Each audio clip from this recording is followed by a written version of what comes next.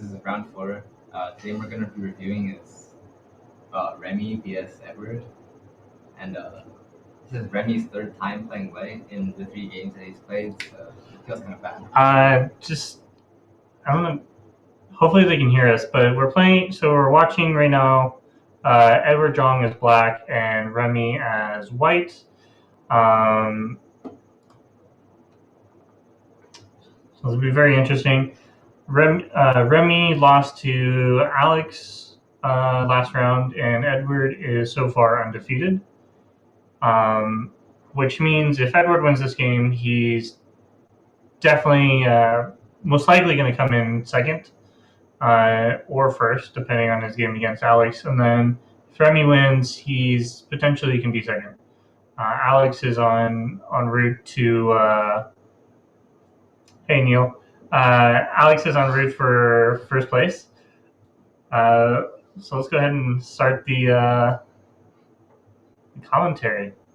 Very classic opening. Nothing real to it, and then we immediately jump into very difficult Joseki and black pushes and cuts. I don't know about you, but this particular Joseki here is infamously difficult to play. Like, for me personally, whenever I play this Joseki, I always get it wrong. Is like, you played this badly. Don't play this Joseki ever. So the normal sequence is we play high, and then you lean, and then you get this sort of sequence. And this is probably like the most common variation that I know, and I know black can crosscut here. Eric, just for the record, they're playing round robin, so everyone is playing. It's just Eric's game isn't being broadcast. So we won't know the result until they tell us. So this particular Joseki, I try to avoid just because. Oh yeah, definitely. I mean, the high one's a little bit easier because it's pretty straightforward depending on your opponent, but you can play like this. The other thing is, I may be mistaken, but I remember hearing that most pincers have fallen out of favor in top pro play except for 2-space low. Is that true? No, because some pros will still play high.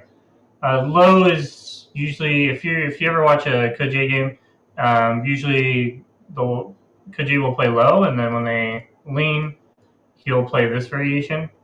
That way he has a stone that can attack the group here, and it's a very awkward situation. And usually the follow-up is something along these lines, and you can either lean, or if they play like this is a good result. Wow. I've seen in some cases where white will play this move, and this kind of one stone below creates a lot of variations that you need to be careful of.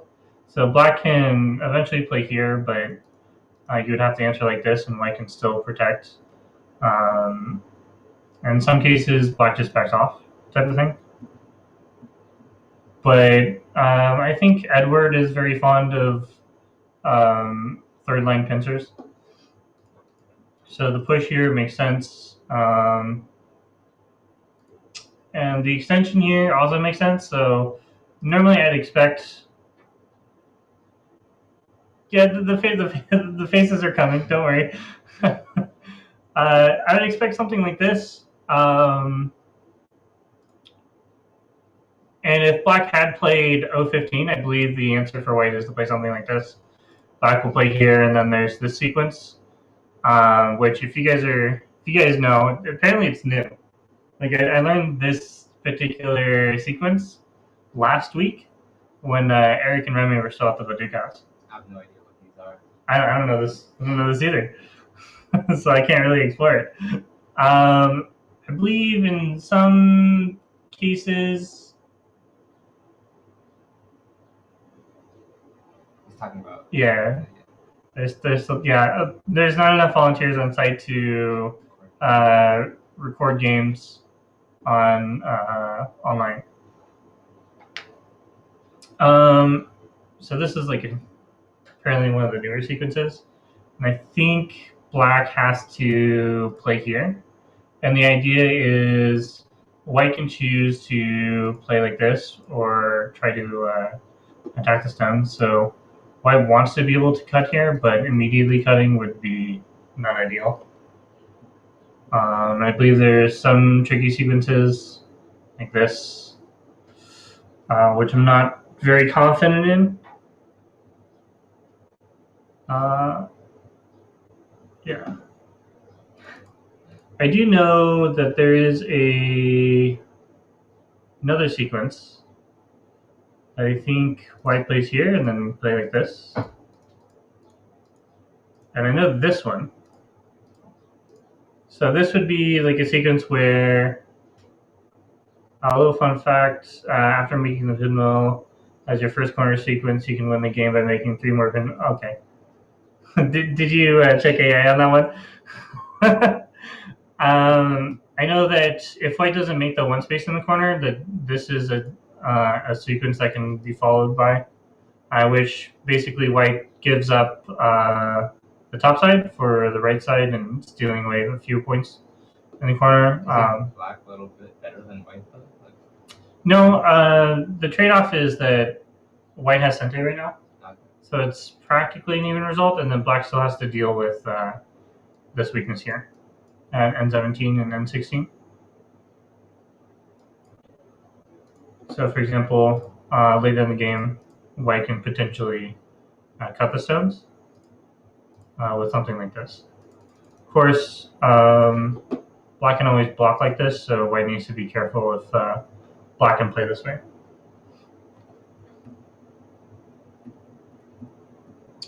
In the game, Edward chose a more complicated variation, where we're forcing our opponent to answer. This one has like a Miai situation where black can play here or here. And like this, I think white can potentially give up or just come out.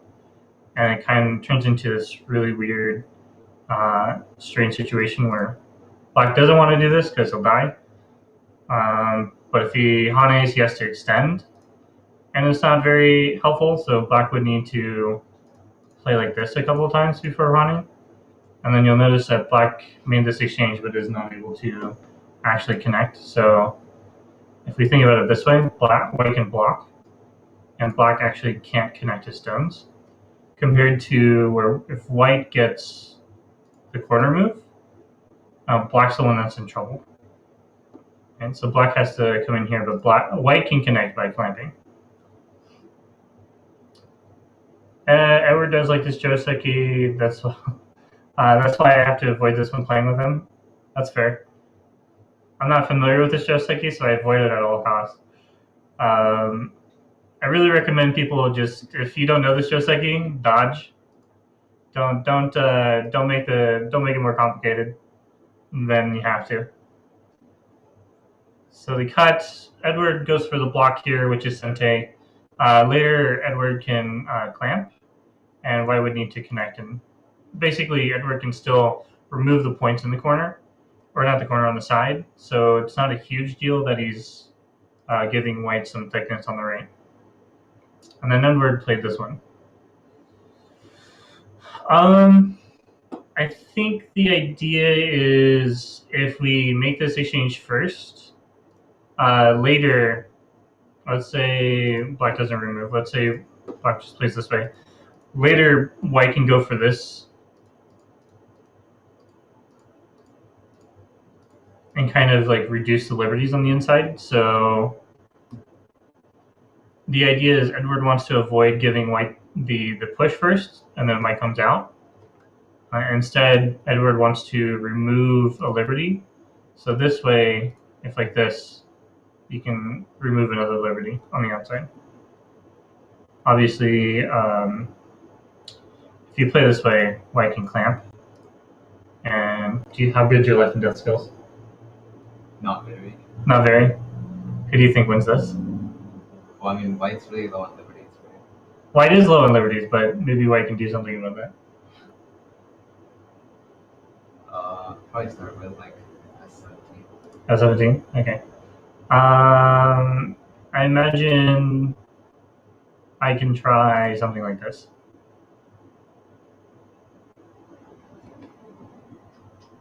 Descend. Descent. S19. S19. It's a good move. I'm going to go ahead and take a liberty. You can play like this, but you're pretty low on liberties, right? Yeah. I think one of the ways you have to go is you kind of have to play this one. And like this, you can remove liberties here. And when black tries to take away space here, it's not enough. Right? Because white has actually moved out 4 stones, so it's enough for white to play this one. And now black cannot win this race. Right? So if white were to Hane, I believe black... Well, first of all, if white does Hane here, black won't descend. Black will actually play this one, and then this turns into a natural kill. If black just defends like this, then first of all, the stone gets hurt at M17, and then the 3 stones are kind of just floating at this point. So instead, Edward blocks, or I guess instead white just jumps out immediately, instead of making this exchange at a Q18. No need to put the game into a serious position right away. Also, I'm pretty sure Remi also knows the pinwheel Joseki, but to be honest, I don't know. So here, the turn makes sense. I think the idea is if white continues this way, black is looking to do a net. And I think net-wise, so white can't break out this way because this would be an Atari, and then black can throw in. But if we do it this way, again, black can play here, and you'll notice that black is thick on the outside, while the 2 stones and this dumpling here is fighting against the 3 stones here. But the 3 stones have an advantage because they're the one that are playing the Hane on the second line. You know what ranks these players are? 5 down and 5 down? The ranks, I know Edward is AGA 6 dan and Remi is Canadian 6 dan.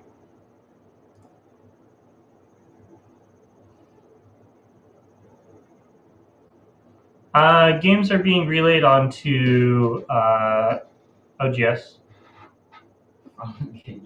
From KGS. Sorry. Yeah, the games are being relayed onto KGS, and then for streaming purposes, we're putting them onto OGS. It's a prettier board, too. We can switch to any of the other 2 games whenever you're ready. Okay. You got the URL for the other 2? Huh? You got the links to the other? Devin says the links are on Budget Club. So. All right. So Remi turned in the center.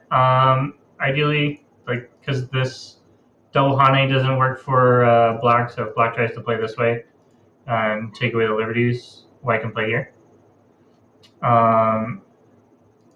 Also, it's kind of a trap if white tries to go for the Atari. Obviously, the 4 stones would be lost, so not ideal. So this is a very similar technique. Trying to think, there's a corner Joseki that if we start here and then go like this, is it like this? I'm trying to remember. I can't remember the sequence. But essentially when you double Hane, black has to back off. And at this sequence, white would like to extend here. But I think the issue is that there's problems with black clamping. You'd have to give up a stone. Whereas white can actually just live with this locally. So even if we play here, we'll make this exchange and then Hane out. And potentially this ladder looks like it works for black in the meantime until white adds a move. So white would be aiming at cutting here for the ladder. Edward doesn't clamp. Instead, Edward comes back to fix these. It makes sense. It's important.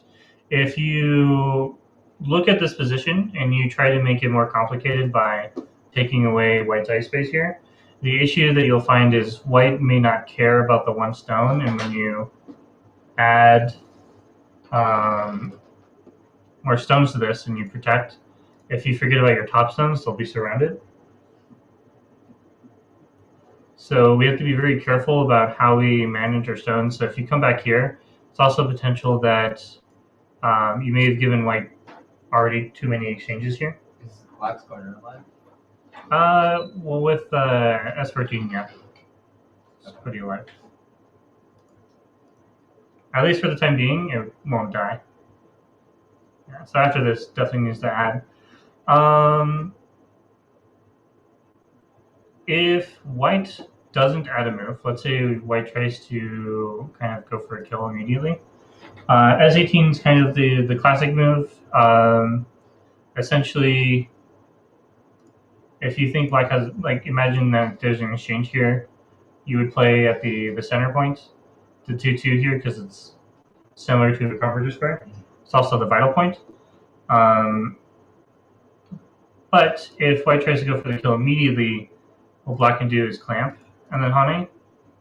And now white needs to find a way to survive with two eyes. If you play here, black can play this one. You can make this, but then it would become a ko. So you could live in ko, but that wouldn't be ideal because now black has a lot of outside liberties. So even if you tried to go for the race, you would lose. And if you go for something like this, I think because of the exchange at T15, you can't really expect to be able to kill black anymore.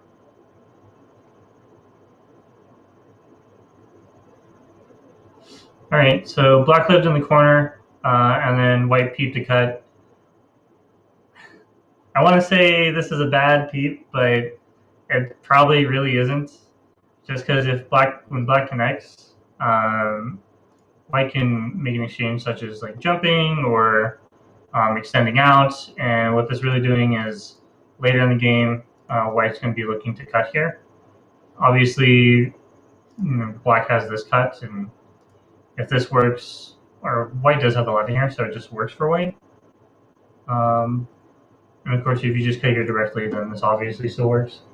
So black can't play the Elephantine directly, but that doesn't mean that black can't make exchanges first, like this. That one's actually pretty bad. Don't make that exchange. But probably something like this. Well, that's the same thing. It reverse back, yeah. The difference is black can play here and then come out. Different in technique. Whereas if you play it this way and then cut, we don't make this exchange yet. So potentially it could be bad. But in general, if black does this directly, it's not good. Mostly because this group here on the right side is not healthy. But white doesn't play there. I imagine white just jumps in the center or something. Okay, white tanukis. That makes sense. So the reason white tanukis here is adding move in the center is a little frustrating in terms of you're not making really any points with these stones, and they're already out in the center. So this group is already facing two directions in the center. So even if black takes away one of these directions, white can go ahead and follow with playing the other way. So if you have potentially two directions in the center, it's probably fine to play elsewhere. But the difference is white's not just randomly playing a tanuki, it's also attacking black's group that's right here. Black's group doesn't have a base, so black will need to find a way to either make an exchange or pincer. Potentially You may even kick or play on the outside. How would you feel about your black group right here? With me? Yeah. Uh, If your opponent just bullied your group, what would you do? I pincer it. Pincer that white stone. You'd pincer the white stone. Yeah. You want to play high or low? Probably high. Probably high. That's fair. I have no idea what Edward played. Personally, I'd probably stick to something like this. That's a very tough philosophical question. Well, Leo, would you like to answer that too? Well, if white's bullying your group by pincering it, why not bully it back? The issue with playing a pincer now is white's not. I mean, white could still play this way, but obviously with the extra stones, this is better for black. Instead, white will just jump, and white will push. So if white's able to push and get free moves, then your group has no eyes at the moment. So you're like half eyeing on the right side right now. Potentially white plays there, or white can go for something like this and attack the eye shape directly. Has too many liberties to play near it. So a lot of people mix up strength and thickness, right? So black group is thick, and it's not weak in the sense that you can punish it by attacking all the cutting points, because it doesn't have that, right? But the weakness is that it's not alive, right? It's thick, but it's not strong. So it can defend itself, but it probably won't be able to attack a group. White stick is going to live, especially because the white group on the top seems... He's talking about. You mean this? Well, white stick is a wall, and white's using this wall that's just as strong as black's wall to get an edge on attacking the wall. So it's literally two walls attacking each other, which I don't know about you, but when I've seen two walls attack each other, it's not that fun. Edward plays the Atari first, which is Sente, and then Pinters. Yeah, okay. Oh my god. If I'm black, I really just want to play this now, right? But I think white's probably going for something like this. And the question is, do I play here as black and allow white to play the Hane, or do I play the Hane and then do I even connect? Or can I play here? Oh, if you play like this feels really bad. Not gonna lie. So can't double Hane. What if you peep first? Peep like this? Or like R6? Is that bad? Potentially it's bad just because you're still not even able to connect underneath, right? But you'd want to come back underneath. But if you give up the stone like this, you have to come back and fix. And if you connect, white's going to go for the two stones.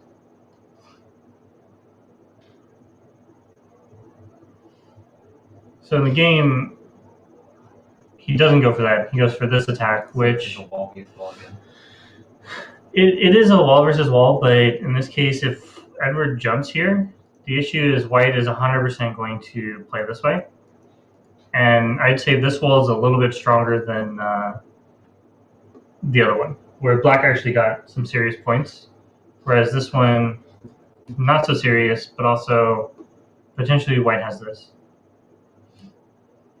And for those wondering, if you cut, black would have to play here. Which I believe in most Joseki, the sequence is something like this. And potentially you have to do a bunch of turning. Extend, Atari, then extend one more time. And I think it's Atari and into the corner. This is also like a Joseki sequence. but I've never really played it where my opponent can actually kill my corner.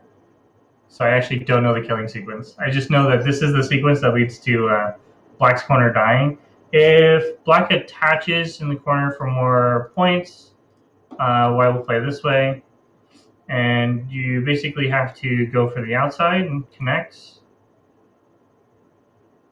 And I believe we can play here, here, and here. But the outside does make a bit of a difference. For example, here, Black could cut, but White would be able to obviously connect underneath. This doesn't work because of this. So why do you need to save the cutting step? Save which one? Or like the T5 step? Why do you have to keep extending it? Because if White connects, your group is dead. Okay. Literally, if you just make this exchange, you don't have many liberties. So you can't even fight on the outside this way. And I think if you just play here, you're just dead. Right? You don't have a way to make two eyes.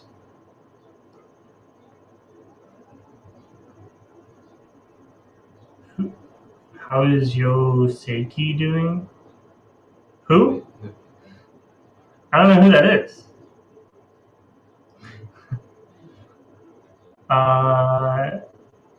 Going back. Anyways, if Edward played this way, White would be able to push on top in Sente and potentially cross-cut here. Oh, okay, gotcha. The Japanese professional that almost... Wait, is that the professional that almost beat Shinjin So?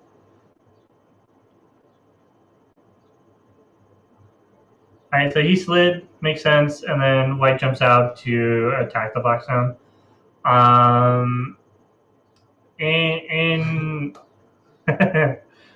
So fun fact, I think it was about a month ago, and I think it was the Nangshin Cup, I could be wrong, a Japanese player had almost beaten Shinjin So, but he pulled it was basically Kevin Young versus Eric Yoder, where Kevin made a mistake and Eric came back, and then in the end game, Eric lost.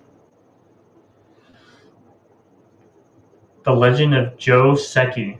No, but I've heard of Jay Seki. Oh, got him.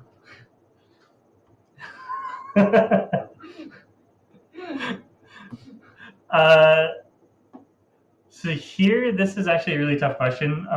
Depending on how you play, like ideally, White would like to play this, but then Black can obviously cut between the group. And playing here, there's still a little bit of cutting, but in this case, White will probably go for like a surround. So White's getting a wall on the outside, and Black is stuck living locally. But in this case, there's potential issues with Black playing something like this and coming out. Whoops. And coming out. I say potential issues, but obviously White would have kind of like a sequence like this, and it might revert back to kind of like a 3-3 invasion. Thought it was going to be a wall vs wall. Huh? Thought it was going to be a wall vs wall. Wall vs wall? Yeah. Walls fighting each other. Oh, wall versus wall. Yeah. I don't think it's going to be wall versus wall. I think Edward. Yeah, okay. Edward's attacking pretty hard here, so White needs to fix somehow. If White should probably play here directly and force Black to answer here, and then White can come back and fix on the outside. Potentially, Black will play this way, and then you turn this into a fight. Edward doesn't do that, and so sorry, Remi doesn't do that. I imagine Remi probably just plays on the outside here, or plays in the corner. What happens if you cut? You want to cut like this? Yeah. What are the issues with cutting? Well, first, Black can play like this, yeah. What if white cuts more crudely? Crudely, you want to play the other way. Or do you want to play this one? Oh, that one doesn't cut. Right, doesn't. Okay, so he cuts, and then black just plays here. And I ask you, what are you cutting? Can white take the side, like R, right? But if you just play this way, black will give it up, and then black's connected here. But black is weak, right? Black cuts you, Oh, right? Yeah, there's more games now. Potentially we'll switch. I think this game is actually going by pretty fast. Okay, so Remi peeps directly. Remi's gonna try to do the same thing you did. So if black plays here, Remi wants to do this, or potentially Remi will do something a little bit more like this. that doesn't work, right? So I have to fix again. White does have to fix again, but I don't know, maybe. Now this one doesn't work. It clearly doesn't work. Maybe, actually, no. That one probably does work. It does. Yeah. White just plays the Atari first and then comes back and plays on top. So then how does black escape, right? And if you try to play a Tsuji, white just takes away the liberty. Potentially white will connect first and force that sequence. And black has to connect underneath. Okay. What? Wait. Okay. How? Wait, I can just play here. Yeah. Yeah, black's in trouble if he tries to cut that way. Obviously, we'll do it the other way too. Like if white plays this one and cuts this way, white has to fix here too. But black's probably not going to come back to the corner. Instead, I imagine black will either jump in the center or play a Kosumi to attack these three stones. I think jumping is a little bit better. I don't know if it's embarrassing. It's definitely not ideal, but my opinion is that black played a pinwheel Joseki and got a bad result. Because the right side seems favorable for white. And like this has to respond, so maybe Edward goes for a trade here of sorts. Goes for this and allows white to do this, but That's really big. it seems difficult for black to survive. Yeah. Edward plays here. And now That's a trade, right? From the bottom to connect. looks like he's still looking for that trade. So if Remi plays this, first of all, there's an Atari here, so there's weakness, but there's also a peep. But imagine he can go here, and this cut's still here. So if white defends this way, black will be happy to probably revert back. Wait, why would black be happy to do that? Because black's attacking two groups at once. Oh, okay. The corner is perfectly fine. I imagine black could get away with doing this, or What about the side though? If like this group? yeah, It's fine. it's fine. White has to defend this group first. If white goes for this, I think black can go ahead and play here, or black can live locally, I think. Maybe something like this, and white has to come back and fix. If white goes in for eye stealing Tsuji. This is the North American Pro Qualification tournament, so Yeah, it's North American Verda, and I believe Remi is Canada. French Canadian. Yeah. So this situation is actually a little bit more difficult. It's also the way that the stone is cutting. Black really doesn't need to add a stone here. I imagine black can go ahead and cut here first, or is there a way for black to come out here? The Tigers won. If you do this, then I guess you can. So you can sacrifice the stone to do this. Also, if you try to go for everything, white can go ahead and take, but you'd be alive. I'd recommend disconnecting to stop white or stop white from cutting you, and white would have to come out.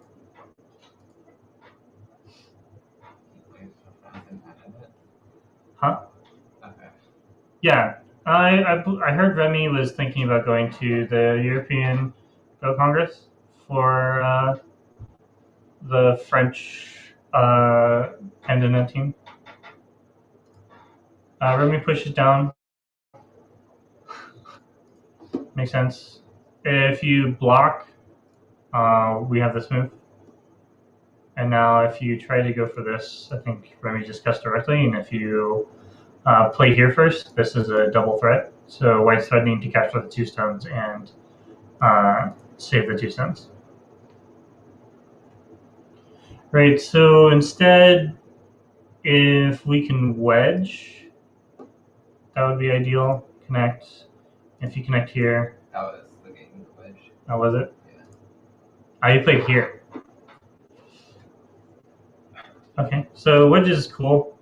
If white just connects on the outside, you actually lose the 2 stones, so we cannot play submissively. If we connect here, Black gets to connect underneath. well, yeah, black definitely gets to connect underneath, right? And he's really solid. Usually, either black plays here or black plays in the corner. If black plays in the corner, though, I think white can go for his round. And this looks really bad for black. Black's shape is absolutely terrible right now. But like this, if black jumps out, which I think is more ideal here, we potentially have 4 different groups. So white's slowly surrounding the corner and potentially can play like this. And black would need to save the group somehow while white gets the corner. Or if black is a daring person, they can play a kill. You can see them on Baduk.club 2022. There you go. Hey, Devin. Hey. What's up, guys? How's it going? Doing well, doing well. Well, I just want to let you know, it looks like we're about to catch up to the game, which I'm recording here. But we got a 3:30 interview with President of the Canadian Go Association, James Sedgwick, coming up here. So we'll let them catch up fully, and then I'm gonna jump in, do a little bit talking and reviewing with James, and then bring you guys back in. So. Yeah, absolutely. Then we can go over the other games. Well, yeah, I think James and I will go over a little bit too, but yeah. Perfect. All right. James would be good. James is a fairly strong player. Remi descends. Basically, Remi is saying I can connect underneath either way. If black plays this way, obviously, white can disconnect. But also, white can play here, which looks like it's the game. White will connect underneath, and if black plays here, white takes this one, and obviously if black plays here, white has to actually come back. If white connects on the outside, they'll lose the 2 stones, so he doesn't need to do that directly. I imagine Edward can actually play the Hane here, and the reason being is white will never be able to play R9. So if white tries to save this group here, for example, like this would actually become a co. So Edward had the hindsight to play T10 in this situation. In the actual game, Edward played the cut, makes sense. White cut, oops. White played the Atari on the outside and then protected the cut here. So if white had played this one, we'd actually have a cut here, and it would be black's large wall here versus 2 stones.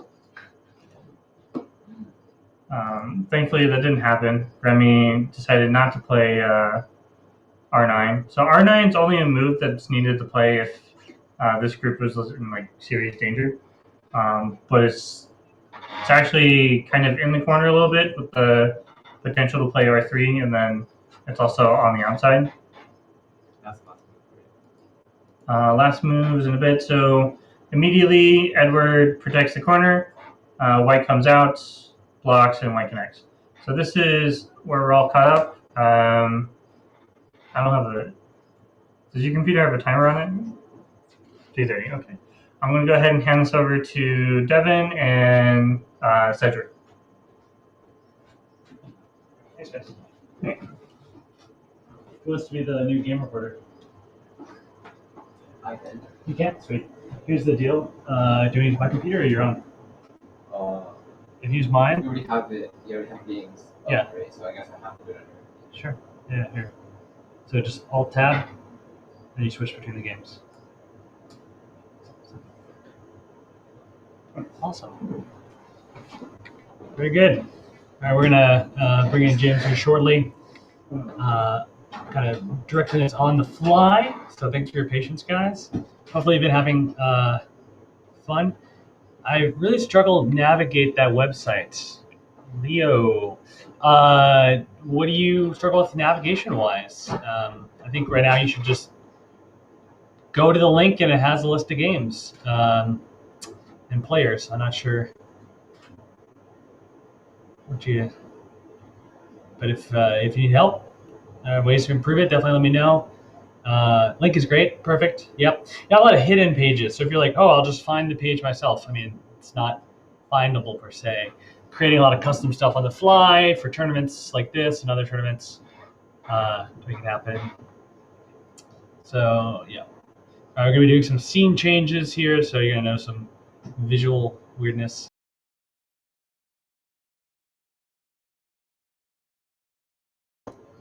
Background is gone. Yeah. It's magic. So now we're using a streaming service in the cloud. Look at that. All right, we're back. The background, and we got a nice open space for James. James, if you're watching. Oh wait, I just handed off my computer. I can't. Oh, I can probably message James from this computer. Oh.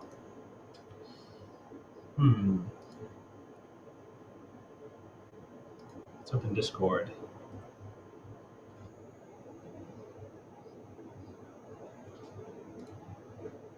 Yeah.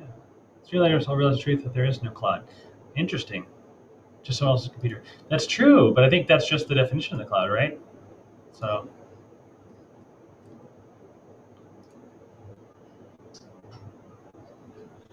The true secrets. Why does the term advertise more? Isn't it like the biggest thing happening in NAGF in years? You know, Koba Meow, it is the biggest thing happening in years, and that's why your friends at Badu Club are throwing together an awesome stream and posting on the internets about it. So thanks for coming out, hanging out, and joining us. We would expect maybe NAGF to publish it more, but they're busy. They got stuff to do.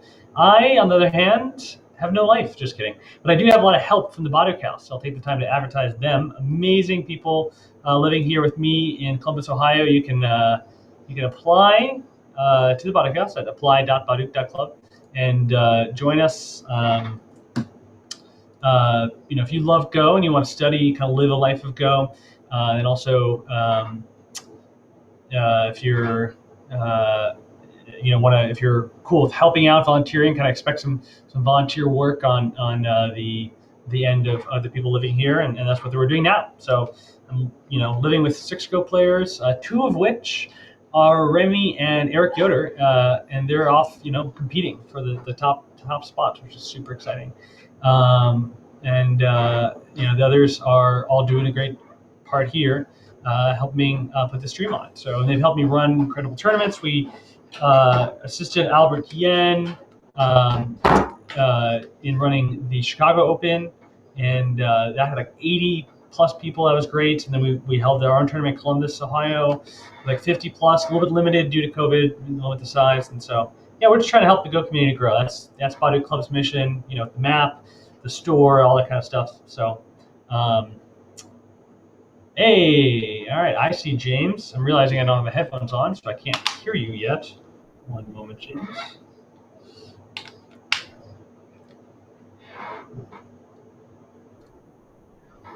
I can. Yep. Perfect. And it looks like I didn't switch my mic over. Got a nice mic in front of me. Keep that going. And my thought is, James, I would love to give you control of the games in a bit here. We'll let them kind of play out, but then we can kind of review for a bit. But I'd love to just hear from you. Hey, what's going on in the Canadian Go scene? What's going on with the NAGF? I think the viewers are also very kind of interested. So yeah, we'll let the games advance a bit. We can talk some Go politics. Yeah. Oh, wait a second. 1 second. I realize actually you're not quite on stream yet. We got to get your video on there. So I got my stream manager over there. Yeah, Kellyanne says you can't hear the guest. Good. I almost launched into a whole thing. They can hear me though. So yeah, thanks for your patience, viewers. Kind of just throwing it together on the fly. But each day we're getting better. Yesterday, literally, I just slapped like a video and a board, and that was it, and like some garbage text, and then we were up till 3 a.m. Kind of building out the rest of the stuff and producing the standings chat. Love that Devin's talking to himself. Yeah, exactly. Jay's like, is he having a conversation or what's going on here?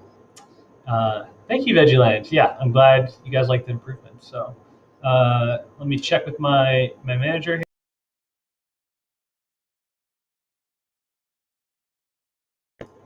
Awesome. We're close. Yeah, well, I'll just give a quick intro as James waits. I met James a couple different times. Most recently, I went to the Canadian Go Summer Camp, which is an incredible experience that the CGA holds each year. They have really fun kind of camp and Go tournament experience, which you can bring the whole family. There's like there's a beach and some woods and a lot of cool players from all over Canada. I was the only guy from the North America there, but we'll hopefully get some more in. All right, perfect. We have James live with us. Yeah. Hi, Devin. Yeah, other years summer camp has been a much more international experience, but the COVID situation was certainly impacting us last year. Yeah, I snuck over the border. I mean, the border control patrol, they looked at me and they said, "You're driving 12 hours out of your way to play a board game?" And I said, "Yes." And they're like, "That's too crazy to be a lie. Welcome to Canada." Yeah. So, we're glad they've got a little bit of flexibility.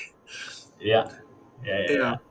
Yeah, so that's our big focus in Canada at the moment is the two big end of summer events. We're combining the camp with our Canadian Championships.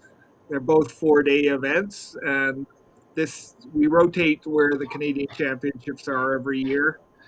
And this year's Quebec City, which is quite close to our camp location. So we've tried to make them into a paired events to encourage people to do both. I think we'd be getting a lot more camp interest, except we're sold out now. But yes, sorry, Chad. I'm rubbing in how awesome this is, and then you can't actually come. Yeah, not completely impossible to stay off-site and participate in the camp, but the on-site rooms are gone. Other than that, NAGF. So we're looking towards an event, North American Pro Championships. The target is in Toronto at the end of the year. So we'll see if that all comes together, assuming we don't get any big surprises. it will start advertising as of the Congress. Wow. Yeah, that's super exciting. I actually hadn't even heard word yet. I mean, I know you guys were probably waiting to release some of the info until you had more Yeah. assurance, but thanks for giving us a taste of what's coming. That's great. Yeah. So we're supposed to finalize things like the venue bookings this summer. So assuming we were even looking to do this last year, and then the COVID situation seemed untenable, Right. especially when you're trying to do a North American focused event. The border situation with COVID is pretty key, and all of that. Uh, so it's much improved now, and it looks, barring any nasty surprises, events look Yeah. plausible. Good. That's awesome. Well, hopefully, be able to watch it. If you need any help, let me know. I'm your guy. Yeah. Always want to Well, help. so we're going to be holding various side events, one of which will be an open tournament. So we certainly will be encouraging as many American players who are willing to make the trip to come on up and brighten up their Christmas. Yeah, that's awesome. Yeah. Okay, so you guys are shooting around that time. So Yeah. December 28th to 30th is our current target. wow. Okay. Do we get to spend New Year's together? Well, Right. I'm all for players that staying and playing and whatever they want to do, but I don't think the event itself will be continuing over New Year's. Gotcha. Some of the venues, it's hard to get access to them on New Year's Day. They often have long-standing contracts and things for New Year's parties. Makes sense. So, yeah. Makes sense. Well, so in the tournament this year, right now that we're watching, how many of these guys are Canadian? Um, two or one and a half. Uh, so Kiyu Wu lives in Toronto. He's been here for the last 15 years or so. Yeah. And Remi lives in Montreal. Remi Campangie. Um, so uh, Remi is originally from France, but has been here more than half his time since he was a teenager, and is a Canadian citizen, obviously. Uh, I don't quite understand how he divides things. I would say he's mostly in Canada, but he certainly attends a lot of European Go events, and he has a lot of connections to the community there. So he's Right. been the French World Amateur representative in the past, for example. Um, Yeah. yeah. Well, the Uh, Remi's been, I don't know if you know this, living with me in uh, Ohio for a little bit. okay. Yeah. No, I Which did has not been, know that. So yeah, yeah, you're yeah. fully up to the Remy story better than I am. Maybe. I mean, I don't think I've known Remi as long. So, I mean, I Yes. first met him at the camp. Yeah. But yeah, he came to Ohio to train with me at the Baduk House. Yeah. So that's been great. And then, but yeah, the other gentleman you mentioned, actually, I don't think I know at all, or do I? Or I don't know. You might not. I don't. He hasn't attended congresses, for example, and he hasn't been at camp. But yeah. he's been on the Toronto City League team for the last 5+ years, for Ah, example. cool. Or he was Canadian champion in 2017. I might be off a year on that, but Yeah. yeah, Very cool. Well, hey, yeah, how about you and I look at then his game, Chiyu, Chiyu's game, if that yeah, sounds good, and sure. we'll talk about it. All right, so I'll pull that up here, make it the front and center one, and I'm going to do two things. I'm going to share this link with you and chat, and then there we go. And what we'll probably do is I'll give you a screen share, and then you can we can go through some variations together and walk through the game, see how it's been progressing. Um, Yeah, sure. Um, let me just. Yeah. So they'll see my. Do I need to open a review of the game, or what do they see from me? You don't need to open a review. You can actually just on that demo kind of navigate through, and then what we'll see from you is if you just click start screen share at the bottom of our little chat window, then we'll add your screen to the video. Okay, I'm getting lost in all my windows here. Right. Start share screen. Hey, Crazy Panda.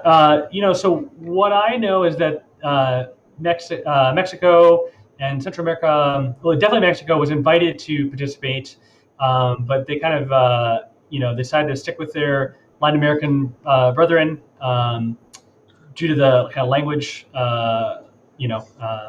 scenario.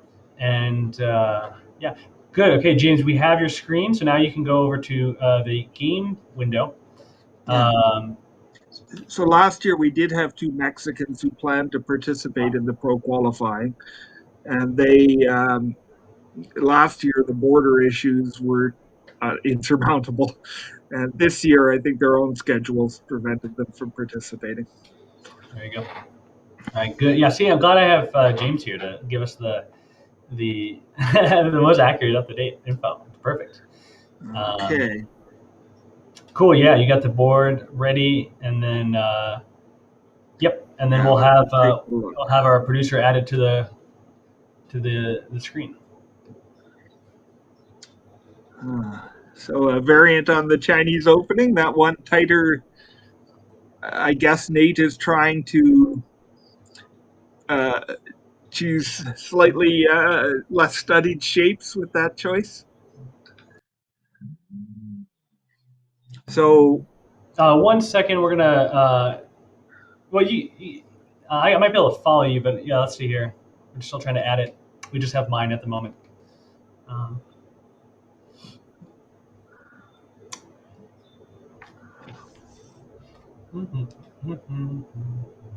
Yeah, but that first move at D12, that's definitely something I have not seen much of. It's super cool. yeah, it would. I mean, it certainly wasn't a standard pattern pre-AI, and in the AI world, most of these moves that play on the side instead of a corner get a poor score. So you lose half a point or a point according to an AI judgment. Yeah, Jay, we got it set up. We're just sharing a screen. Yeah, James, you're good to go. Everybody can see your screen. Yeah, let's Okay. go through the game together.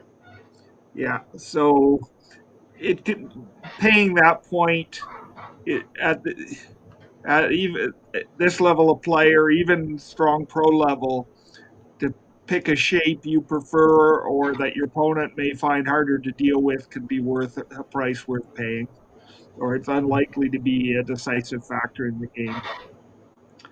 So this move has been standard post AI.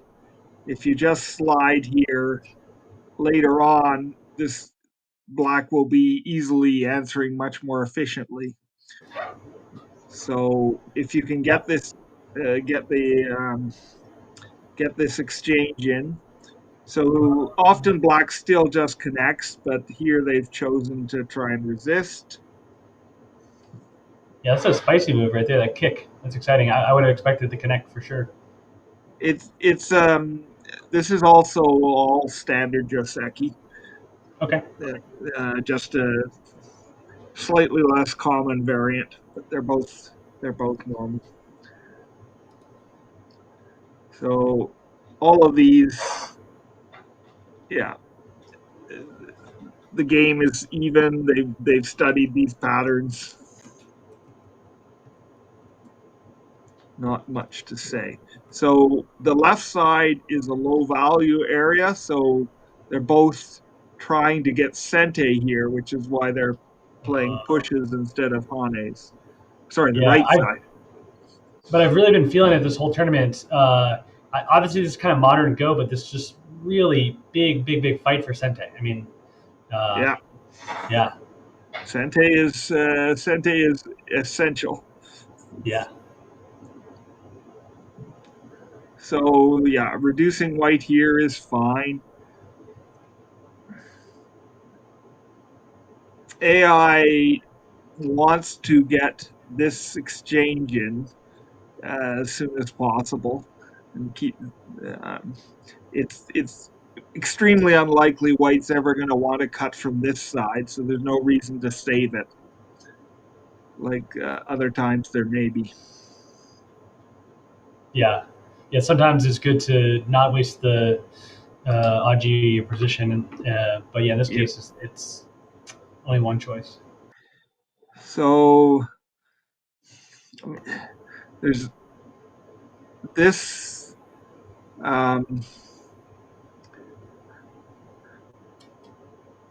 I think AI was thinking something like this might be a better choice for black. I Oh, didn't read it deeply enough, but this is the first time there's a significant movement in the status of the game. White takes a slight lead, and and certainly it's painful to bump your head like this against the white stone. right. The shape feels really weird for black. It's almost like black haunted himself on the head of two stones kind of thing. But Yeah, and so you're talking about the AI. You've been watching all day, right, on KGS, and you kind of saw some even little bit of yeah, AI but I'm variations. also running Catago on my own computer Yep. Cool. to look at some variations. But Yep. now I'm going to be a lot behind where the game is, but the openings I've already had a look. So Cool. this is the previous one. Black lost about 2 points. Here, black loses more. Uh, and if we go forward a little bit, let's take a look here. AI is suggesting white can play a more severe move here. Oh, Um, this is quite hard for black. For example, if it continues like this, yeah. Where's black going? yeah, and the two groups are getting split quite nastily. Wow. So white's position was quite good. Um, this is a little soft, and black gets to escape more comfortably than they might have. But nevertheless, if we look here at the stone black invested at this spot, now the white A stones are super strong. Yeah. So that becomes purely a medium-sized endgame move. Yeah. And so that's where now black is 6 or 7 points behind, and that's most of it. Is that black played and it wound up with an end game move when they're supposed to be in the middle game. Makes And sense. Yeah. Well, I've seen some high level play during this event where players are trying to squeeze out some end game moves early, but in this case, yeah, it's not quite the same. they didn't get anything for that end game move. It's Yeah. not like white had to answer. Yeah, often you want to get the end game moves in when they're sente during the fighting. If the fighting concludes, they may not be sente anymore. But that's not the situation here. Right. And white has the triangle stones look dead, but there is some agi here. So as an example,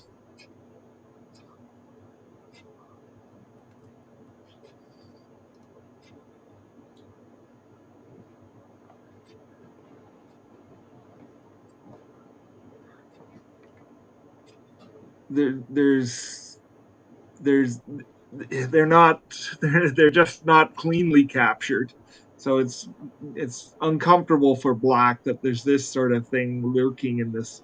I mean, probably black will back off here, but at least um, the triangle stone is hurt badly. Right. It feels very oddly placed Yeah, in the yeah. situation. It's It's a nice shape for white. If white connects at R7 at some point later, then the black group doesn't necessarily have two eyes. So black has gotten something for capturing these two stones in the center, but with the agi there, it's less than you might think.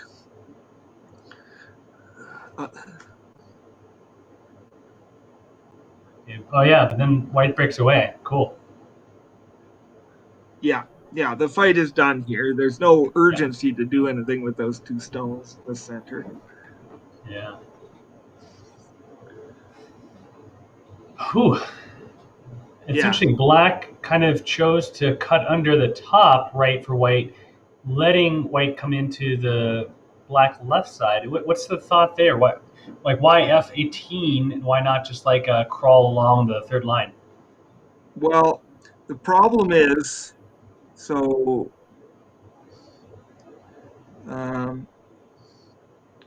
if black just crawls here, yeah. Let's give a sequence for an example.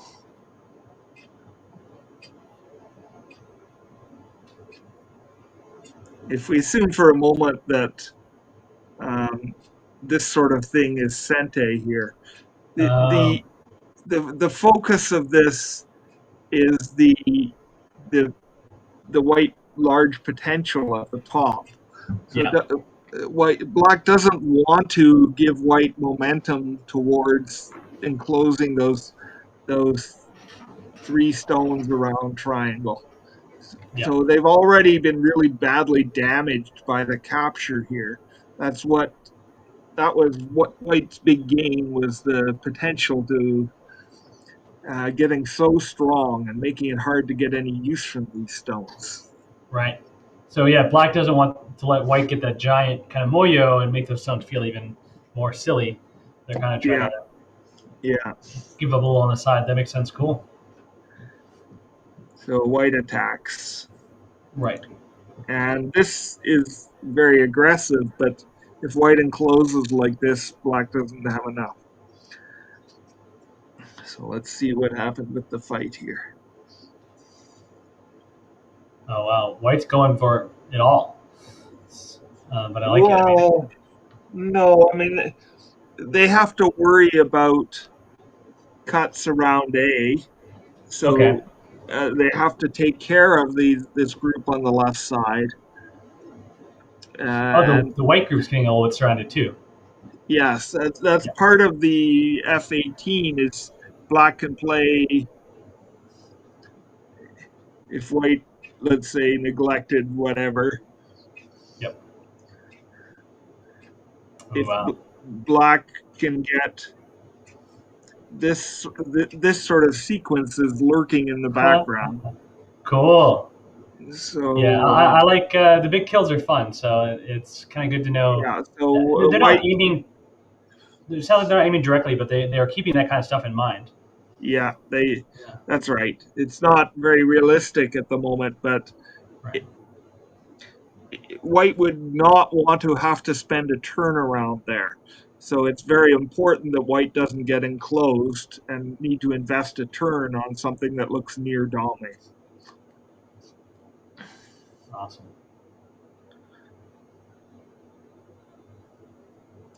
And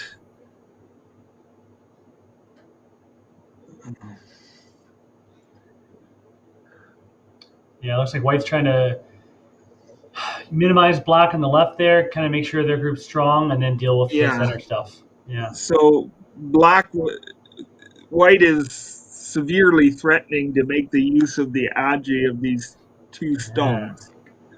So black would really like to take a turn to make their group at the top strong, but they feel the follow through white will get using their two stones in the center will be too painful. So they're making do with makeshift moves that leave all sorts of bad agi. White may Atari at here or here, either one, there's problems. But they feel they needed Sente and had to suffer that, which is kind of a sign the game is difficult for black when you have to make shapes like that.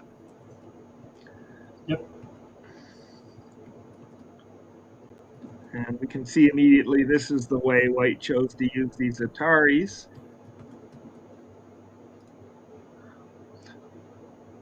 Let's see what the AI, well, so I would say the AI judgment is that this was not a very severe way to make use of the weak black group in the center. And Gotcha. white has lost most of their advantage. The game is very Oh, close. wow. Okay, so white was ahead kind of early on, and then now that black Yeah. feels so settled in the center, where does white have points, and what did white get out of all Yeah. this? Well, white's still okay on points, but before they had, let's say, close to equal on points and a big advantage in influence. Now they've lost most of that influence advantage, and Okay. the points is fairly balanced. C11 Crazy Panda. C11 looks like a move that was played quite a while ago. I don't know if that's So, the I thought mean, there. C11 is just respecting the black influence from the triangle stones. You don't want to get close to something strong.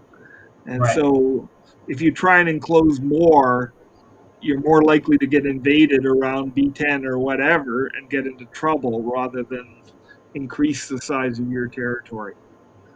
Yeah. Yeah. It definitely feels like a weird shape, though. I mean, do the diagonal. I feel like playing moves like a one space jump or a knight's move or something's more active. No, I But mean, anytime you have two groups that are close together, it's yeah. usually a very bad idea to play close to the boundary area. So let me go back a bit here. Um, as an example here, if you play this one, Right. white will play this one, and you still, the corner has shrunk a lot. So you need to defend again. For example, the clamp, Okay. whatever, white can easily clamp here. Yeah. And I sneak don't under. know. Yeah. So it's interesting. It's kind of the C11 move keeps coming up, and it feels like kind of the key shape point here. So why not just Yeah, so in this race one, to I it? would defend here, but then you've given away quite a few points in the corner because you don't, whenever you have two groups like this, you've got to worry about moves in the middle impact both sides. So anything around white C is affecting both the above and the below black groups. And if you play, the closer you play, the more likely you're going to hurt yourself. Yeah. It makes sense. I guess my shape intuition is a little bit needs some work because I also felt like it was a weird shape, but I totally get where you're coming Yeah, from on thinking about yeah, split groups it's and how the not. So there can certainly be circumstances where you're making an effort to attack more, and something like B12 might be better for reducing their potential eye space or this sort of thing. But as a normal principle to make points, C11 looks more natural. yeah, cool. All right, sorry to rewind the game a bit. We can go back to where you were, but Yeah, it makes that's sense. okay. I have no problem with answering No, questions as best I can. no, it's good.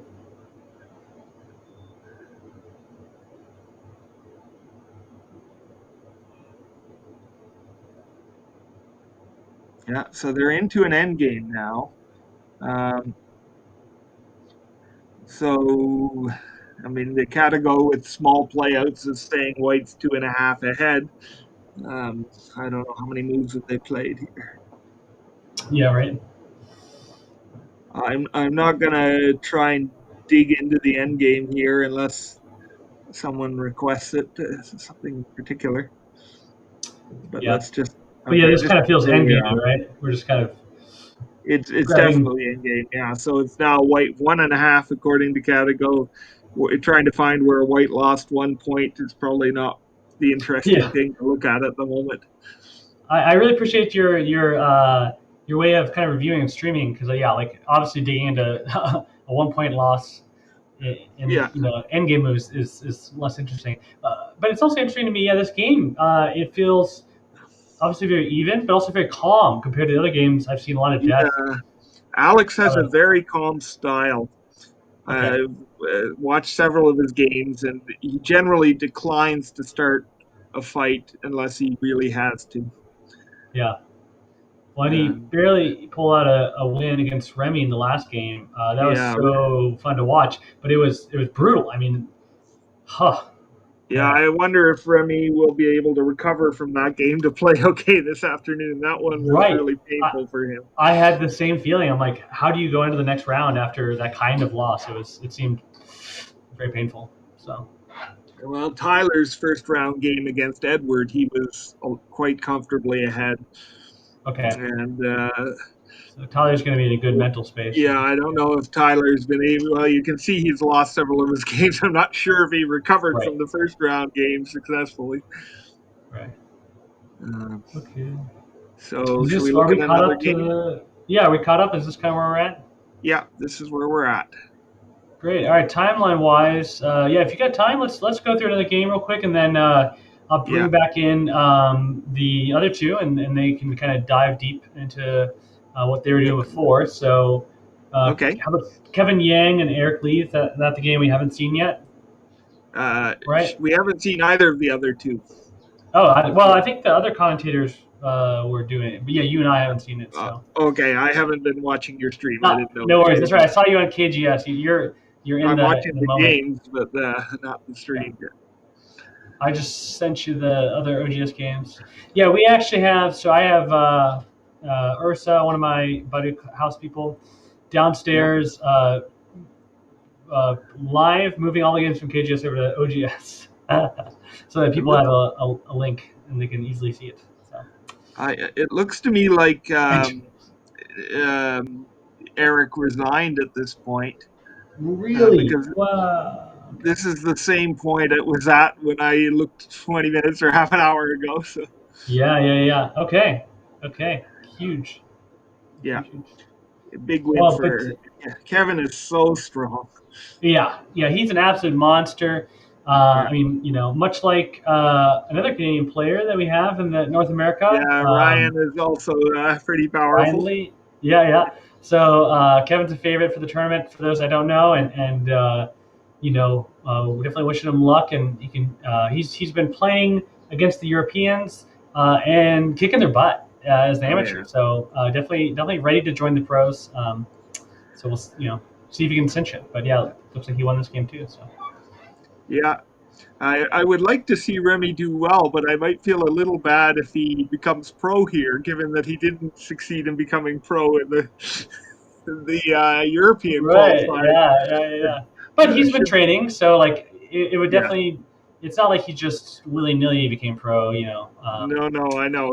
Remy works really Right. hard, and I think he's one of the ones who will have studied the opening variations most carefully.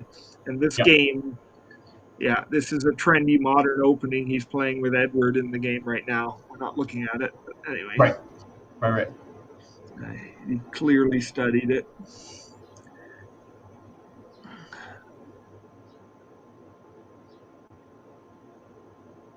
So this is a Wow. violent choice. Yeah. Holy cow. Holy Uh, cow.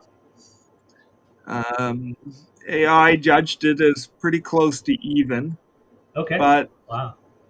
um, here it wanted white to make a life for this position. Right. Um, Live in the top left. Is there a clear yeah, move to do that? Like just a. well, um, it was showing this sort of sequence. Um, Wow. That's nutty. for example, it might go like this. If white connects, this ladder is very good for black. So white will, fix on the outside and we'll start this Yeah. and there's no co threats for this sort of co. So maybe white just lives in the corner here and black gets the ko. Chat's adding some good details too.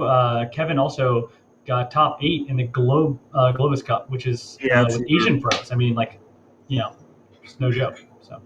And the first time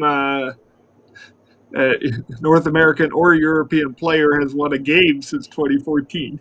Oh wow! Yeah. So scoring 2 out of 3 in the group stage is quite an achievement. Yeah. And we have a question about G13. Maybe talk about the life of this group and then drop back to G13 real quick. Yeah. Well, I would play here as white and just live. Like, this is how I would play G18. I like your move at G18. Yeah. So living, well, if you're going to just live, there's no reason to. Here it looks better because when you give black that tiger's mouth, you're making their shape much stronger. Why do you want to improve black's shape if you're just going to live? Yeah. So white's trying to, again, play kind of at the cutting edge here and really disrupt black. This is trying to attack. Yeah. But when black plays here, this white group is more uncomfortable than black, I would say. So I would need to spend more time thinking about all this capturing race, but it looks difficult for white to me. Right.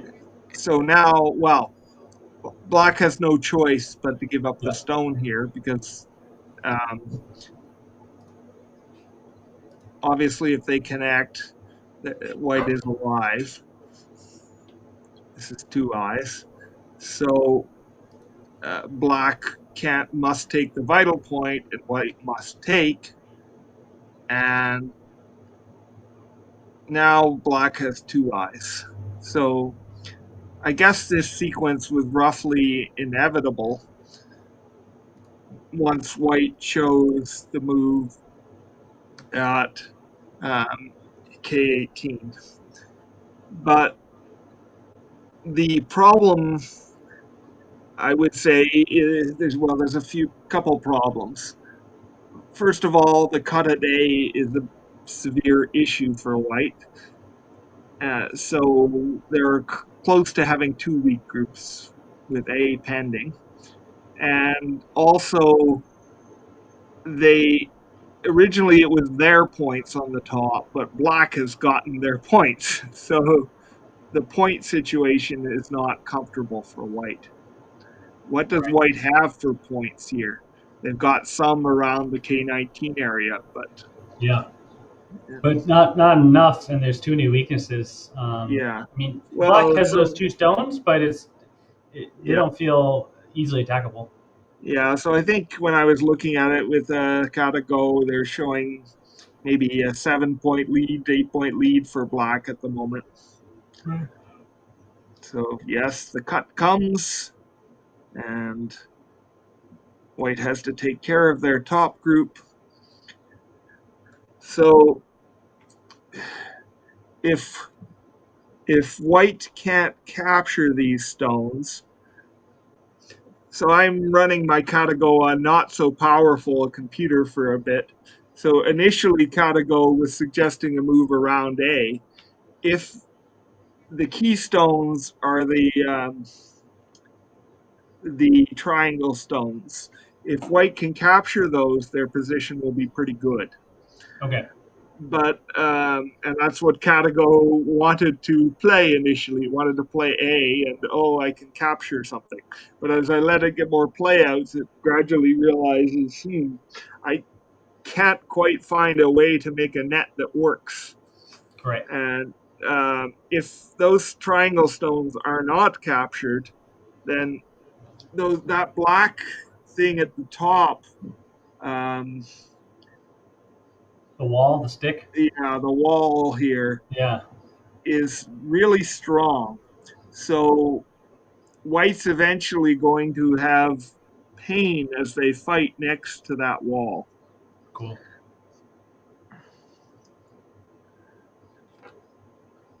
Chat, you guys are quiet. You just enjoying the show? We'll respond to you if you have questions. I did ignore Crazy Panda's G13 question, but we'll go back So later. Check it out. Eric clearly couldn't find a good line of play and chose to sacrifice these 7 stones. Wow. But it's not adequate. The category is showing black plus 20. Black is just so thick now.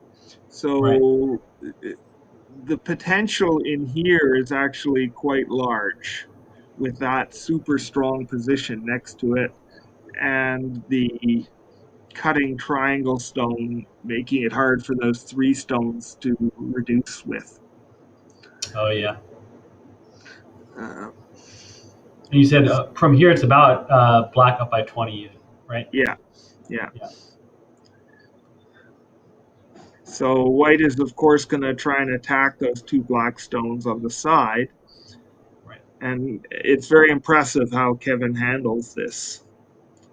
So that black group is in trouble now, but there is the weak point at A. Oh wow. Yeah, I would feel really scared as black right now. And he Tanukis. I mean, it's not a complete Tanuki, but wow, that move is no. that's This amazing. is not a Tanuki at all. This is aiming at A. But wouldn't white just defend A and eat the stones? Well, let's see what happens here. White defends Okay, A. yeah. So then if black plays A, it's not clear who has more liberties. Yeah. The black group or the white group. Wow. D4 So- would not even have been on my radar, but now seeing it from this position, yeah, I feel again scared as white all of a sudden. So Yeah, so AI judges black's lead has improved. Black now is leading by 25 points. wow. So black sacked those stones, but got it in Yeah, Sinte. they killed the white corner. They so there's like a 25-point swing in that corner, and moreover, they built a huge amount of potential in this area. Yeah. Oh my gosh, this is why these guys are near pros. That's well, Kevin's a different level. Yeah, he's just so impressive. So white plays to split the bottom and is sort of 90% alive now. Hey, just so you know, if you want, you can click the little eraser icon to get rid of the lines whenever you're done. Yeah. So. Yep.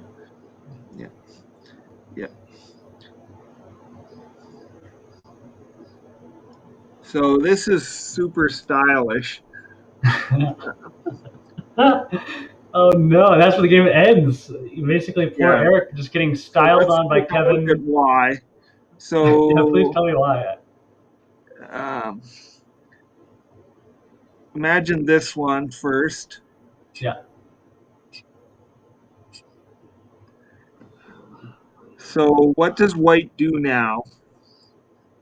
Let's say they play this, for example. Sure. And now the 3 stones are in Atari, so they take. So there's this ko here to kill the whole top side. To kill the whole top. Well, that is everything. Everything from the 4 stones and to the left. Yeah. That, and wow, Eric saw that and just okay. Yeah, there's no recovering from that. So, for example, if they try and defend over here, black will take this stone. Yeah. And still, the white group at the top doesn't have eyes. Yeah. Okay, maybe white can make 2 eyes. And in Gote. And then, Wow. Yeah. So, and like you said, AI is kind of already seeing black's ahead. Black keeps getting favorable position after favorable position, and white's going to have a heck of a time invading there. Wow. Yeah, let me look at this one. Yeah, it's still saying black plus 22, but I'm not even sure Cadigo is with only a few playouts is seeing all the problems white has at the top. Yeah. Cool. Well, very fun. James, thanks so much for coming on and doing a review with me and talking about the NAGF. It's fun. And good. Let's Okay. we'll switch back over to the other two and Sure. but all right, take care, Until James. next time. Yeah. Bye, Until next James. time. All right, chat. Thanks for watching, James. Leave there. Back to the black screens. I'll have producer set us up in the next scene. But man, that was crazy. Neelington, yes, to answer your question, these games are being played over real life board. They're being played in the National Go Center in Washington, D.C. We got a fake life under the board. Yeah, you try something under the board. Who knows? They're being played at the National Go Center over this whole next week, and so we're going to be coming to you with live commentary on it. We got some on the ground people, old Baduk House resident Gooplets there, kind of managing some stuff, and two of the Baduk House players, Eric and Remi, are competing right now. Remi had a crushing defeat of just so slight of a margin last game, which was super exciting. And then this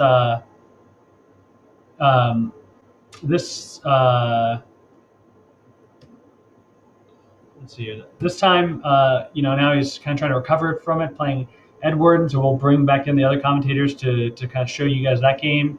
But the other two, Kevin's doing well. I think all wins so far. Kind of expected, but the first section is a round robin system. So you just have to be the top two of your division. Thank you, One Eye Dragon, Oni Dragon, maybe, and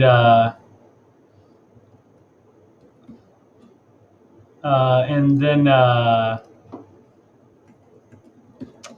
talking to James on chat real quick. So the round robin, and then after that, once the round robin happens, we're going to be taking the top two from each kind of branch, and then moving them up to the semifinals. There'll be kind of a placement round, and then depending on those top four people, we'll take the winners from the placement round and have them compete in a best of three, and the losers from the placement round and have them compete in the best of three. And then whoever emerges from that will be the next two North American pros. What's going on? Leo's, what's going on? What even is this? Hey Jay, welcome back. We're gonna see here the side by side set up again. It looks like we got my screen. Let's pull up the Remi game. I think this is where they left it off. Jay, do you know if your compatriot is available? I have no idea. Let me go ask. Yeah. Great. Yeah, you guys are going to see a little behind the scenes action as well. The ebb and flow as we switch commentary. Yeah, we kind of put this on last minute though. Yesterday it was literally just like a video and a board. That was it. Some text randomly. Then we stayed up late till 3 a.m. Javier did an incredible job. Javier representing the Canary Islands Go Club. Incredible people over there. I've heard. I really want to go and visit them. We may be planning. I'll drop this little secret hint. We may be planning a surf and go camp. Could be fun in Europe. Canary Islands are kind of like the Hawaii of Spain. So who knows? Who knows if we can put something like that together? But he's also a really talented designer, and hence our beautiful looking background at the moment. Let me check with them.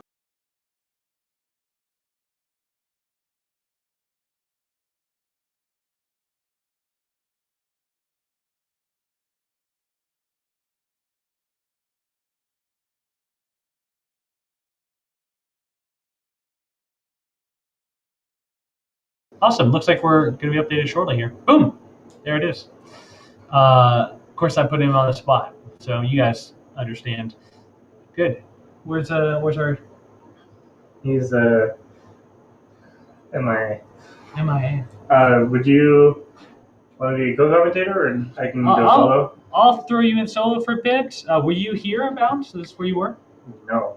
No? I was way back. This is too far back? You No, guys I are- was way. No, you're too far forward. Oh, okay. Jay was way back. There. That's good. I'll let Jay take over and start to let you guys in on the action. So. Oh. Remi's surname. Oh, Remi's surname spelled wrong. Cool. We'll fix that. You mean it's lacking the little dash? Surname is the first name.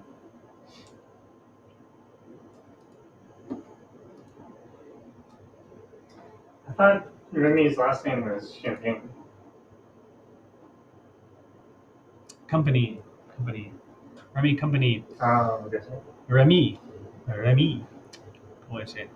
All right. Thank you.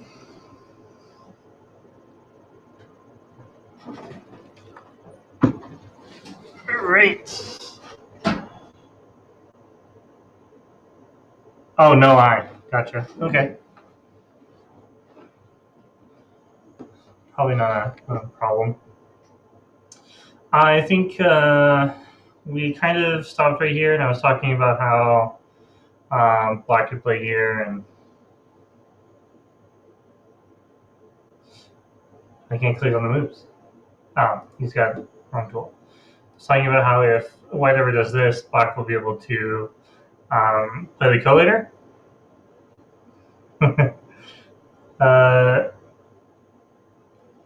Edward did cut. Remi turned. Edward did not play the Hane.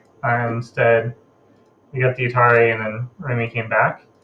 I think this is kind of where he stopped, and then here's where Remi played, which makes sense. So what Remi's doing is Remi's coming out instead of trying. I don't know who this Remi Martin is. I know who Remi Baller Campangie is. But what doesn't make sense to me is why Edward didn't play here. I can think of a few reasons why, but one of them would be this move. Very, very difficult to handle, but depending on how Edward plays it, I imagine he could get away with doing certain things. So, for example, if you just play here directly and then play the Atari, White can actually go for a squeeze here. And potentially Black can play the Atari, White connects, Black connects, and then White needs to come back and fix, so here. But if Black cuts, this would be a co. And potentially just not good in general. Like, for example, Black can also sacrifice the 2 stones for the outside. But I think Black can just play here directly. And then we'll have to deal with this, right? If Black blocks, White can play here. And again, White can look to make it difficult. Saving R8 would be like opening a bottle of corked wine. I don't think it's about saving. Saving R8 is just difficult because it's always going to be a co. Which I think in this case might be okay for Black, especially when Black has all the co threats, right? Like something like this, right? Especially if White reduces their own liberties here on these 5 stones. Black is just going to have the co threats to do this. So potentially, I could definitely be wrong, but I think Black had to do something here. The way Black played is Black played this way, and it made it seem like White couldn't do this immediately, but White can pretty much play the same way. Black does get to come out a bit further though. So white connected, black played the turn on the outside. Basically, if black extends now, black actually fixed the problem here, so white will be able to play here, and then there's actually just nothing now. Even like this, right? Like white's alive on the bottom. White is able to come out, and black's large stick just doesn't have an eye. Right, so Edward took the stone, and Remi played away. Played away. That's interesting. I guess this is one of those moments where you actually need to evaluate the fight and concern whether or not you can continue playing it. So I imagine there's no reason. There's probably a good reason, but if you just willy-nilly just play Ataris, it's probably not good for you. Especially when black can play here and black's virtually alive. So if black's virtually alive, makes sense that we play away and we don't continue the fight. However, Edward has different plans. Edward sees that this stick here, this white group here, is not alive. And if it's not alive, then eventually white has to come back here and black can cut and play the Atari. If black can do that, the code becomes very big for black. Or for both, but a flower co. So white needs to come out. This is an interesting move. Most of the time for stuff like this, you would see here, and then white just gets to clamp, and black kind of just gets to play on the outside. If your opponent clamps and you play like this, more likely something like this would happen. I mean, in this case, I think this is just good for black, right? So I think jump would be the ideal move, and then because we need to jump, white would probably have to. White would also jump on the second line. The clamp, I think it just allows white to go ahead and try, or black to actually play on the first line. This is a very similar situation. Trying to think if I can show it real quick. So in this corner, when we jump and then jump into the corner, we get into, is it this move? I think it wasn't this Joseki. I can't remember the Joseki now, but basically it's the same as the position in the bottom where if you clamp, black has to descend, and black would be able to descend to the first line. Really wish I remembered the Joseki that did that, but descending here on the first line up, I do remember now. So this is one of the Josekis that most people learn is something like this. And if the opponent connects, we'll do a larger pincer. So like this, eventually, if the opponent doesn't play Q14, for example, you can descend, and then I have the Hane. And like this, potentially white plays like this. Black plays the Atari, and if there's a connection underneath, playing T14 is a very big move. So if connects at Q15, white turns underneath, and then you'll notice that black is still split. You have A group and B group. So even if black plays the Atari and plays this, the groups are still split, and white is able to not only save the stones from the first line, but effectively attacking and ruining black's area. So if you go to the game, and very similar to if we jump here, where black is able to connect underneath, and now white has to deal with the repercussions of being split. But Edward decided to play a little bit more directly here with the Kosumi. Not sure I agree with it, just because white can still come out with something like that, or just leaning directly. I imagine Remi probably came for more of an indirect way of out, or just play the Atari. And as black, you can capture, or in this case, I think playing here would be ideal. Black should just look to make life here and force white to connect. I don't like the way Edward played this way, because when white comes out, potentially the attack on the stick here is a little bit more devastating. Oh, that happened in the game. Remi descended, okay. And black played here. Ooh. Edward really wants to attack the stones here. Here's the problem with the way Edward is attacking the stones on the bottom. Edward's splitting the stones here, but in response, when black is trying to split white from connecting, white can also split black from connecting, and then black has a stick that needs to survive, white has a stick to survive. But generally speaking, black is cutting in Gote, so white's the one that gets to connect first. And I was told black is in overtime and white has 24 minutes on the clock.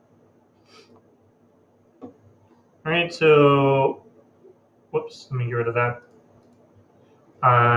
Remi decides to allow black to disconnect in Gote, and Edward had to force this connection first. So Edward is preparing for this one first. So obviously if white cuts, black gets disconnected, and if white descends, we'll connect like this, and black will eventually be able to connect at Q9. However, black still needs to cut first.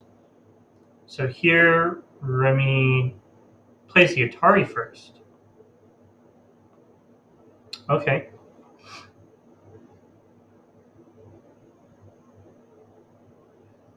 I'm very curious how this is going to go. So I imagine if black tries to go for the cut now, well, first, white can connect underneath, and this would be a ko.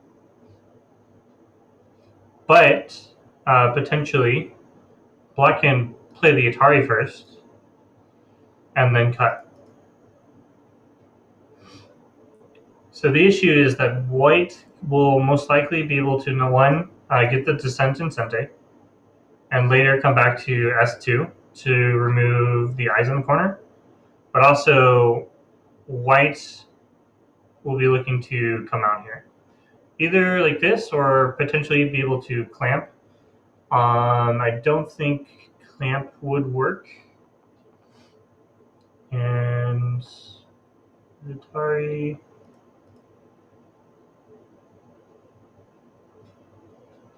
Actually, the clamp looks like it works. If black plays the connection on either side, white will cut on either side. And in this case, we lose the 3 stones, so that wouldn't work. And if we play on top, we would have to either connect here or connect here. If we connect like this, potentially the 3 stones are lost. And of course, this turn is Sente, so before we do anything, possibly play like this, force this, play the Atari, and then come out. So white would be able to live.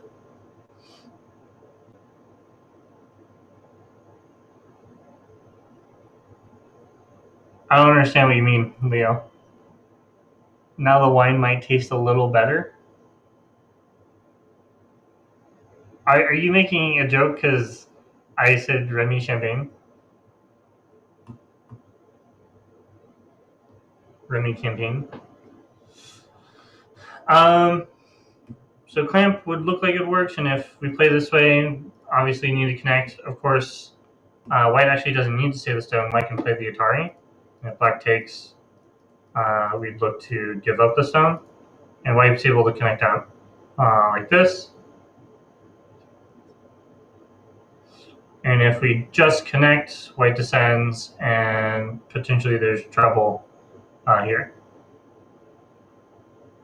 Corked wine metaphor. I'm going to be honest, I don't know what that metaphor was. for direct L5. That would work, yeah. Direct L5. That makes sense. Either way, black goes. Black can't save the stones or stop white from coming out. Good eye. Glad you caught that.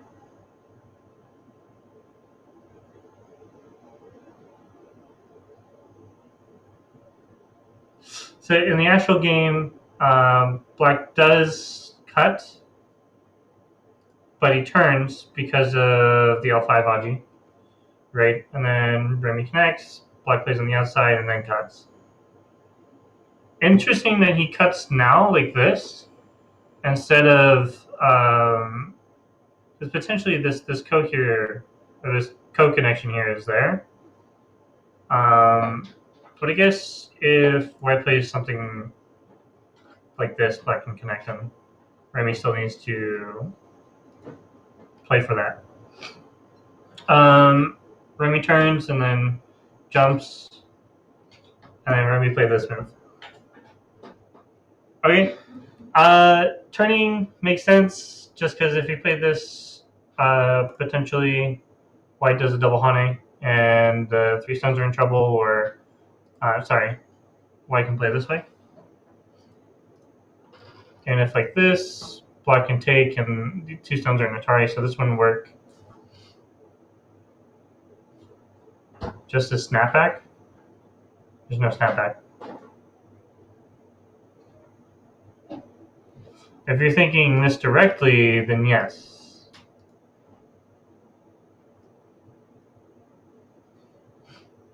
Unfortunately, the extra or the lack of liberties on some of the stones makes this difficult for white to do that. So what would probably happen is, I want to say something like this, but I imagine here he won't be able to play there directly, so white has to play here, and then, but this doesn't work, so snapback, yeah. Snapback would be there. So if black wants to cut directly, still have to connect, but white can play this way. And like this. Double Atari works, so same thing with the stone, so white can't play there. But white can connect, force this, and if black connects, white connects. So white is out. And the big thing is that these stones are in trouble. So black playing this way is not feasible. Actually, I always wondered if there was a move that could be considered a snap forward.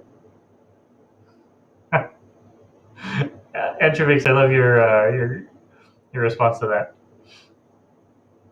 So black is not able to cleanly play this way. So black fixes on the outside for here. And what black is doing is, even though white connects here, black can potentially force this co or connect. I thought the big thing is that the big black group is dead. Locally, yeah. Locally is dead, but the thing is, if he starts this co now, right, he can start this co. And it goes back and forth. So no matter what white does, there's a double co in the center. And black is just alive.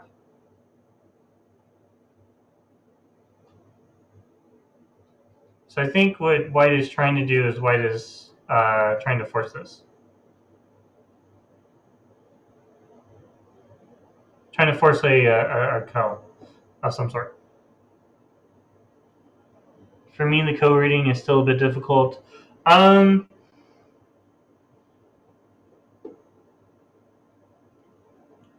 This is a difficult situation. So white needs to play in a way that enables black to, or doesn't enable black to play a double co. So at any point, white starts this co, black can start the other co. But specifically the N8 co is only viable if black can capture the 4 stones here. So if black starts this now and white captures here, then it's really only the ko on the right side. But in this case, white still has a group they need to fix on the bottom, so white probably made an exchange. Okay, so this T5 is a double threat. White is looking to connect underneath. Potentially black could... Well, first let's just look if black tries to separate the stones, right? One, black still did not capture the 5 stones here, so this group is still not alive. Two, black is not alive in the corner. So if black tries to stop white from connecting, black cannot go any further. Potentially play here, but loses out on 2 eyes, and vice versa. For me, sake, would still lose out on 2 eyes like this. So black is dead in the corner. When black defends, however black defends here, when white plays here, there's no longer a ko at T8. So if black plays T8, white disconnects, and there's no more ko. So this is actually a great find by Remi, forcing black to live in the corner first. And now black is starting the ko in the middle here.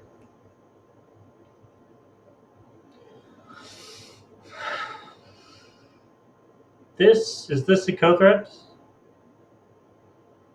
I could see like throwing in here as a ko threat. Why would need to capture? And then black played here. If white doesn't capture, or if white captures the wrong stone, this adds a... Oh yeah, it was very well played. The P2 T5 combination. I knew T5 was a thing, but I was wondering how he would do it. So here, if white's not careful and captures the wrong stone, it actually gives black another ko threat here. So I would end up giving black 2 ko threats when they don't need to. But I'm not even sure if this is an actual ko threat. If white connects, what can black do? Looks like, looking at the shape, black is looking to disconnect this way. So white would need to, or black would need to find a move to disconnect it, which I would assume is here. And white would need to come out. So like this, white comes out, white plays the Atari here, and then potentially plays like this, and then there's a ladder. Ladder looks like it's good for white.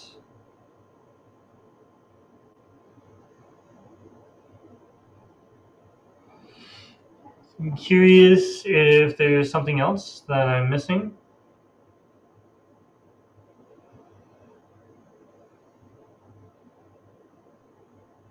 White does not have a clear way out at N12. You mean if we play here? Yeah. It would change because of the Liberty situation. So I would no longer be able to play this one because they're in Atari. Makes sense. The thing I was worried about...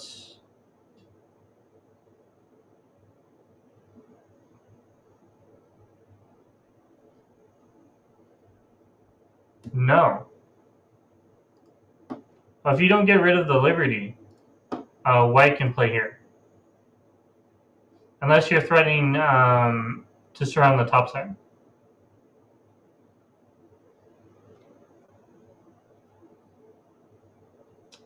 Oh, you're saying this. Okay. Yeah. If white... Okay, I see what you're saying.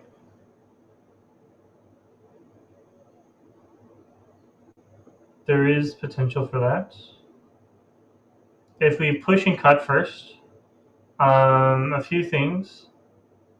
Black could try something like this, but the issue is the Atari here. So the Atari would allow white to play into something like this. which means black would need to find timing to play this move in Sente, but potentially white gives it up. If white connects and black does the same thing, well, now white can't play here because it's captured. So that would be a possibility, but potentially black can play the Atari first and then connect. And white is still being threatened to be devoured here. So white needs to find a way to save the stones, which would happen something like this. And black would like to wedge, but doesn't have the liberties. So black extends, connects. I wonder if there's a better way to this. White would definitely want to extend here. And we can't play this way still because of this. So I see your points. I think black would need to make this exchange, which white would come back and capture. Play the Atari. Hello. Play the Atari. And black would have to come back and capture the stones. Hi, Jay. Yeah. To relieve you of duty. Thank you very much. Relieve you? Yeah. Okay. I'm being kicked out. Thank you, Jay. Perfect. That's great. Of course. Here you go. Awesome. All right. And we'll shift on the hour. Keeping Javier on his toes. You never know when we're going to change it up. We had to change game recorders as well here. KGS had a misclick, and anyone watching on Shin KGS, unfortunately, can't follow that. Once it's misclicked, it's gone, dead forever. But Ursa took over with old style KGS and still recording it to OGS. So we're saved, but that means I had to walk away because I only have Shin. All right, Mike Kyle, first time chatter. Hey man, white can answer at 0-16 and win the capture race. No. By the way, you guys remember Wilson, right? Wilson and I chatted last time. Cool guy. I kept making mistakes, and Wilson's like, "All right, Devin, I got you. Here's the truth. Here's how it's going down." So Wilson's gonna watch my back again today. Have you been? Did you see any of this game? You were kind of mentioning. You were wondering how this crazy. No, Jay, Kaya's not too dry. I think we're about to catch up to the game. So now time to spice it up. Hey Jay, you're in my spot. That's right. Wilson and I taking over. But Wilson, you were asking about this group here on the right. Yeah? The white group in the center. On the center. Yeah. I kind of missed this too. I looked away for a hot second, and all of a sudden, we're in trouble. And so Mike Kyle say answer. Why can't answer 0-16? 0-16. Interesting. Oh, just a direct connect. Maybe the direct connect. Let's go back. I want to kind of catch up a little bit with you. You and I can kind of give her a low level. Previous variations. Oh, I see. I think there's an absurd amount of variations that Jay went through. Yeah, Jay's deep. Alpha J. We got to call him. So actually, this move here is where the game froze for me, and I was baffled by this. Did you? Look at this move. Oh white. That's awesome. Scary. But where does white get in trouble? It's here. It's where all this cutting occurs. So, yeah, looks like white's trying to sneak under and around. Feels good, trying to capture black, right? White's not in trouble though, in the center. Ooh, James is revealing some secrets. Boom. Now we had a double cut scenario. So this kind of fun outside move. Yeah, so black here, just to give you some flavor, guys, as well. Black is Edward Zhang. He runs the Virginia Open each year and is a big player in Virginia Go Scene organizing. I work with them. We do online tournaments together. And Edward's also served on the board. Have you seen Edward's name before? No? right, but we're not famous enough. We're East Coasters. You know, the West Coasters over here, they don't know them. But yeah, I know Edward. We're good friends. Strong guy. And but he's a bit of a slow player. In the Midwest Open, we had to like literally come and uh, he wanted to like go to use the restroom in Bayoyomi, I gave him the hard answer. He said, "Hey Devin, like, I'm in my Bayoyomi. Can I pause the clock?" And I said, "No, finish your game." But I think he seemed fine. He just played his game calmly and then didn't even use the restroom afterwards. So I think he was just feeling pressure and need a little bit of a break. But Edward really values using his time and thinking hard, which is good. I don't know. What do you think about the game here? Tell me your kind of thoughts. Well, at the previous position, I was just concerned about White's center. Yeah, let's look at this here. You're talking about like from here after this black extent. A little bit after that. After this. Yeah. Yeah, because we start the kind of co. Black goes to surround white. White says, "You can't surround me, man," and then go back to the co. White plays the co threat. Black says, "You can't connect to your friends anyway, even if you win the co." White says, "I'm going to cut you." And then we're here. Oh, this is where we're at.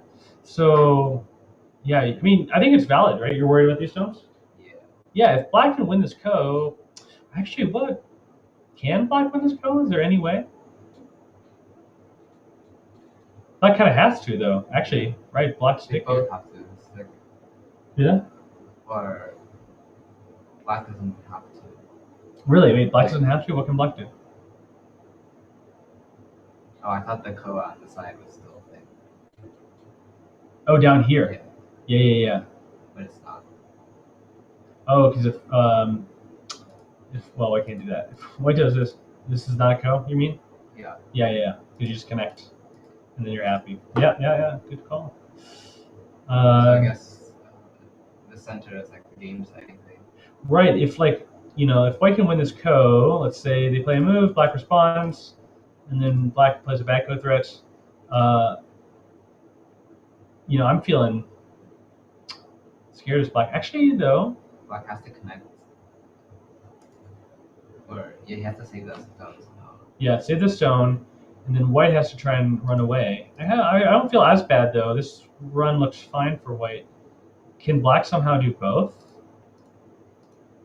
No.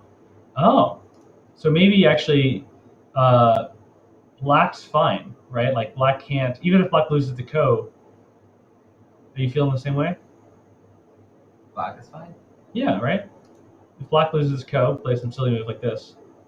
Well, Black's group. Oh, Black's not fine. Sorry, Black's a goner. Black can try to connect and save, but White can always get out, and that means Black's a goner here. Okay. Well, Remi, pulling out some stuff. Co's in series for White. Black indeed must win it, says James. Yeah. So there's no, move that it'll be hard for White to play big enough co threat. Yeah. Ooh, this is intense. So, and we're here. Let's catch up. Oh, that's not real. That's.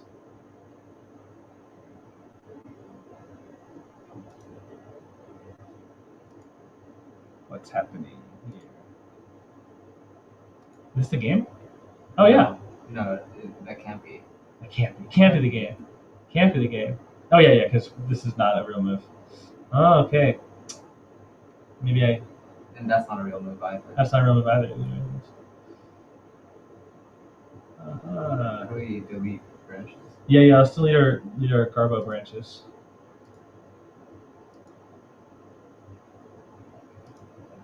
Look at that. It's so easy on OGS. You play a wrong move, if you're recording, and you just delete it. Okay, but I guess right now White's kind of having to find this co threat. Well, so what are the standings like? Last round we watched, really close game for Remi, and he lost, right? So he's probably feeling the pressure. Who else was Like, did you see some other games? Um,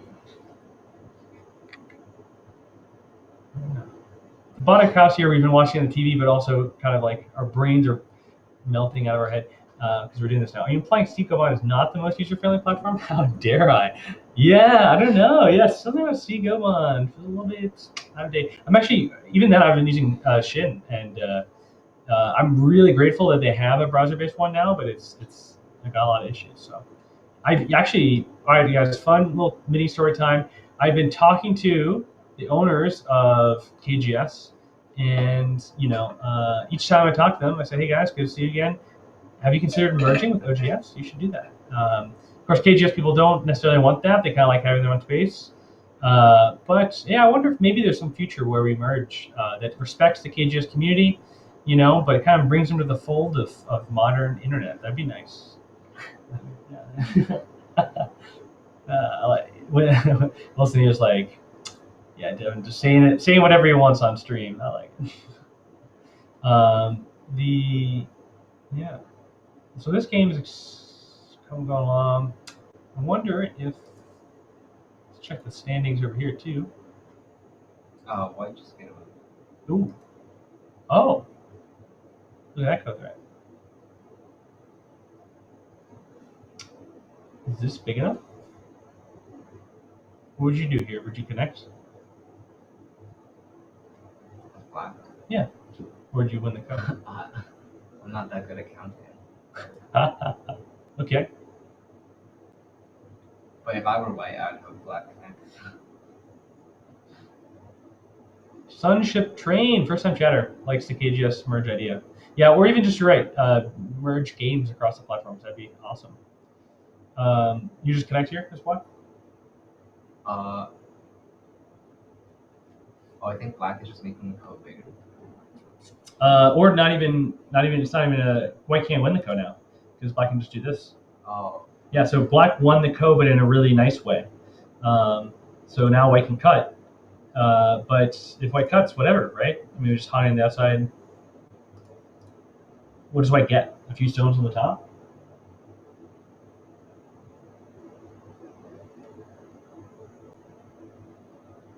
Are those real branches? This one's a real branch. This one is not. This is me. This is me. Well, black won the code in a nice way. Yeah.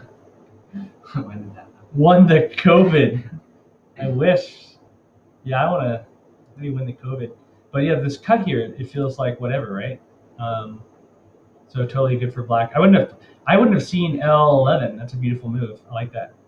And I guess actually, like maybe white can try and push this way now, but yeah, then black just connects here, and black's fine, right? Yeah. Strong players, if you're watching, chime in. Let us know the truth. Our low dawn eyes, maybe even Q eyes can't quite see the truth. But here, I'll delete off my silly branches.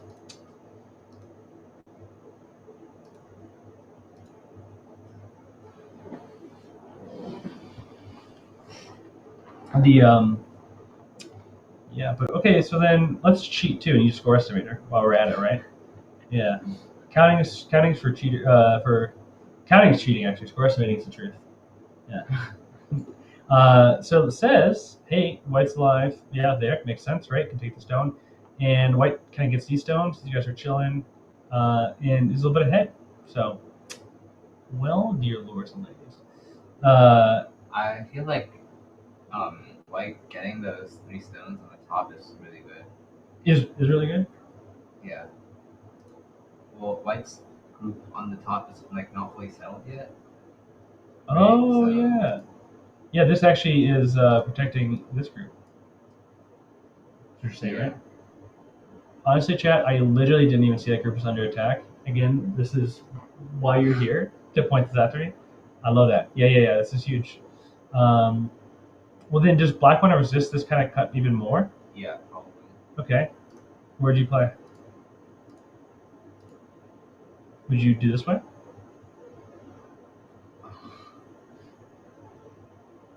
I don't know if it'll work, but Yeah, the dream would be you get some moves like this, and then white just like, oh wait, I guess white can kill these stones then to live, even if you come under. White can be out and safe. Oops. So it's hard for black to actually kill white ever here. Oh, bye, Leo. Thanks for messaging me. We'll talk later.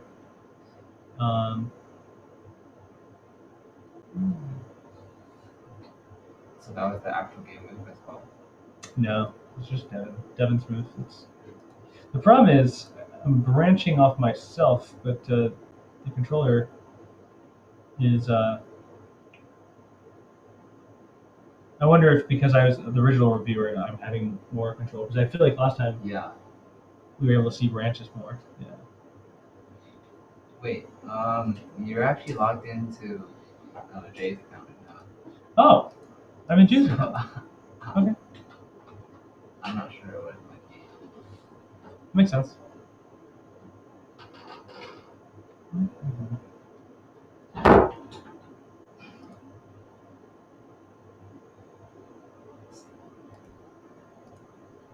Also, what was the result from Alex Chi won against Nate against Telegraph? Poor Telegraph. We love Telegraph. And then, Kevin Yang won. Which is no surprise. Style points at the end too. That was fun to look at. I guess we're kind of just waiting together on this match here. Again, both players taking their time. They have a lot of time, but I feel like, how long has it been? How long have we been streaming? Since like 2:30. Yeah, Stream Studio says 2.5 hours, which don't the players have to be in overtime? No, 75 minutes main time. Yeah, So what's that? an hour and 15. Hour and 15? 2 hours and 30 minutes. Yeah. So they're probably. Well, what about Edward was already videoing me for a while, so Oh, we don't know. yeah. Classic. Edwards already NBA only. Yeah. Did you see that on chat? How'd you know? I wrote that in chat. Oh my gosh, I literally missed my own chat. Who wrote that? How did you know? Yeah.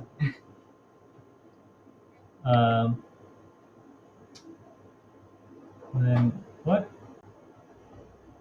Oh, then I guess Remi has a lot of extra time. So Remi is white, and he could think all he wants, right? Because black played their move. Oh, so that's why he responded so quickly to that. Right. Yeah. Black kind of had to respond quickly, and then we're kind of waiting on Remi, and Remi probably has a lot of time on the clock, 24 minutes earlier.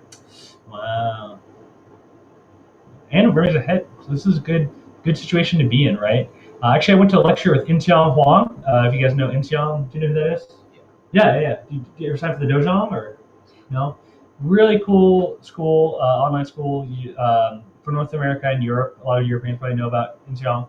But I remember he said in one of his lectures, he was doing some sort of lecture on the 5 or 6 Infinity Stones, right, from like the Avengers movie, Infinity Stones of Go, and one of them was time, this time stone, and the lesson there was super simple. All the others were kind of confusing. But the time stone was simply, don't get to overtime. You'll lose your game if you get to overtime. Yeah. That is advice Edward does not follow. Edward says, I'm going to think real early. Kind of strat. Do you play quickly in your games?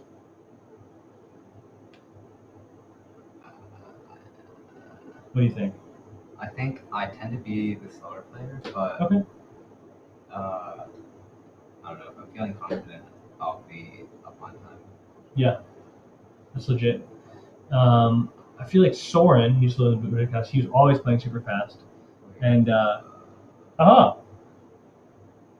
my god. Oh no, something's happening here. Let's refresh the screen. More moves have occurred. Okay, we're just chilling, but there are more moves happening. So boom here. Yeah, but you play slower. I play slower too, but I think I need to learn to get faster. All right, let's see. You're not waiting. The cut is the move. Okay. And Tanuki. Wow. I guess that makes sense. If you can't kill the white stones there, you just do what you want. And then white says, no, you can't connect to the corner. Yeah, this move feels weird by black, right? That's it. It does a little bit. What's the goal? Oh, to attack white? Is it? 3-3, right?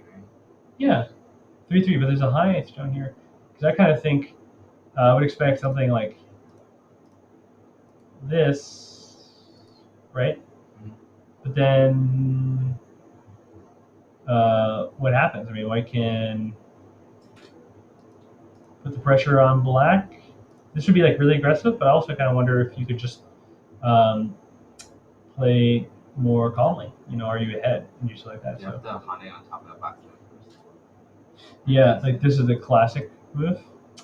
That would make sense, but then I feel like black can just reduce like that, and like what's white actually getting here, or this, and then you're, you know, I feel over concentrated as white. Well, if white makes the extension first, it's the same thing. If like black, White makes this extension first. yeah, if black pulls a stone out upwards Oh, upwards. Oh, interesting. or downwards ones might be okay. Damage once. Well, yeah. If white really wants to attack black, you'd have to do this.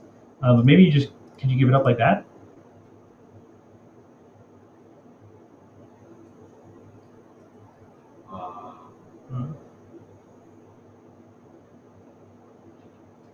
Yeah, dubious status. I agree. This is like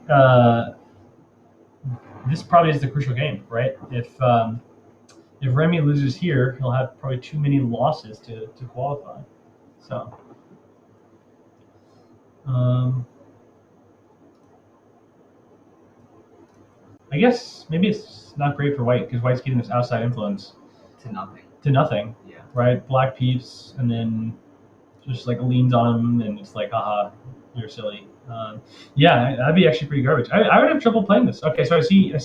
All right, I see black's plan. If white does this boring move, but of course white didn't. White did that. That makes sense. And black jumps underneath, lives that way. Have you ever seen this kind of move before? Kind of. Yeah.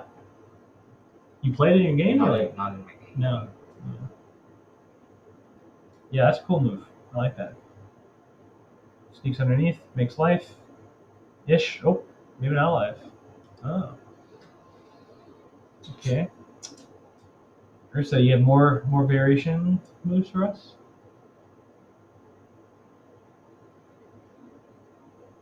I don't know how. If Edward wins, he's 3-3 and clinches the spot. Oh, dang. Yeah. Wait, Everett is undefeated? No. He'd be 3-3 if he wins this one. Wait, 3-3. We haven't had 6 games so far? This group has long list, so I think everyone has only played 2 games so far. Let me check. Yeah. Well, and one of them is this group does have one less player, right? So Edward has a bye kind of win, but Edward's won 2 other games. Oh, okay. We're getting broadcaster telling us Javier's letting us know he's won 2 other games. So yeah, that'd be huge. What about Remi? Is Remi also 2 wins? 1-1. Okay. Yeah. With a bye win, ish. Oh, yeah, one win, 1 lose, and a bye. Okay, but Edward has 2 wins. Yeah. Wow. So this is. Is this his third game? Is this his third game? Edward? Yeah. He probably hasn't had a bye yet, I guess. Actually, is what happened. Interesting. Wow. So this is big for Remi. Wait, but this is the 4th round, so he must have had a bye. Oh, great. Or a loss. Unless he's undefeated. Oh, shucks. Open my own app and see. Let's look. It's so exciting. Group B. Yeah, Group B. All right. Okay, Edward has 2 wins and a bye. Yeah, exactly right. And then Remi has a 1 win, 1 loss. 1 win, 1 loss, and a bye. Oh, so if So Remi Remi, wins this, Remi needs to win this game and the next game, which his next game would be against Alex Chi, which is a definitely uphill battle. wait, what? Didn't he play Alex G? Oh, you're right. Who's easy? Tyler. That's his current game. Oh yeah, or- no, Tyler. Yeah, you played Tyler Okinawa. Kama. I don't know the last name actually. Oh yeah, Kawa. Oikawa. Yeah, and Oikawa. So if he plays Tyler and wins, and Tyler's at all losses right now. So if Remi gets a W here, it's a good chance he can pull a W against Tyler, and then clinch the spot. And then if so he has to win this. he has to win this game, this is the game. But Edward also really wants to win this, so then he doesn't have to play next. Right. Yeah. Well, series. obviously, Edward will play the next game, but Edward's next game would be against Alex Chi, and Alex is a favorite as well. So really, Alex is probably going through to the end. Really? Yeah. Well, he's also two. Yeah, and Alex also has 2 wins. Is it, Oh, wait, Alex, we just don't have the updates there. He already did win this game against Nate. So yeah, Alex. He's there. Right? Alex is there. Alex is going to the semifinals. This is cool, and this match decides who the next person is. Is it Edward? Is it Remi? Again, maybe not, because if Tyler beats Remi in the next match, like if Remi wins this one, then it wouldn't necessarily be cinched. There might be another playoff needed between Edward and Remi, but yeah, this is a crucial match. I didn't even realize. Thank you, Dubious Status. That's exciting. Sheesh. Oh, okay, yeah, we're back on track with the live game too. This is good. All right, what did I miss? I looked away for 2 seconds.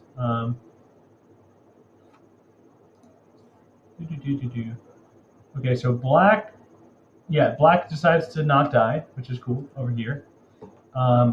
And maybe I guess this move put a little pressure on white. Well, I think it's just so that black isn't kept so low. Okay. Yeah, valid. And then white. Well, I think white did feel a little pressure, right? Well, white had to do that anyway because that black's gonna. Okay. Yeah, the black stone expanded. You're right. I'm gonna take the life. And then boom, 3-3. Dang. Okay, so 3-3 invasion. Edward cinches like 10 points easy. Corner. Wow, wait, whoa, hold on. White blocked this way and extended 3 times. What's white doing? Oh, white wants this whole top area. Kind of take away the Aji from moves like this by black, right?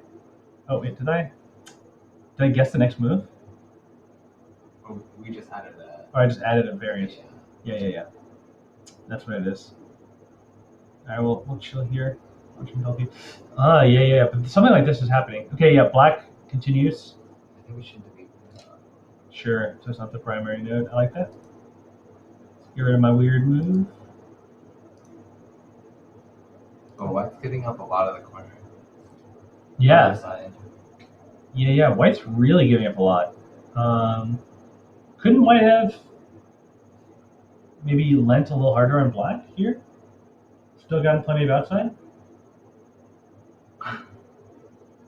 Well, do you know what the reason for the extend is? I'm not sure why you would extend one more time. Yeah, this way, like this? Yeah. I don't know. Yeah, right, because normally you do hunting. So I think the idea is just like this. Maybe we need J back to tell us the truth, but something has happened that black gets to. Or maybe it just allows white to be more solid. Sure, but I mean, point wise, it definitely feels weird not to snag this Hane.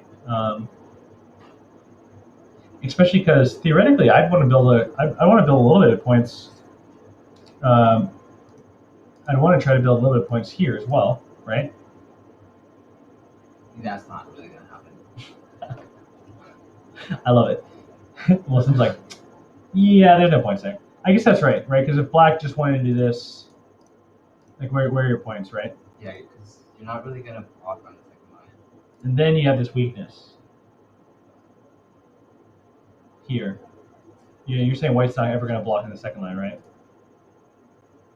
Or like after it went black to Nuki. Sure, black Sedgwick, you're not going to turn there. Yeah.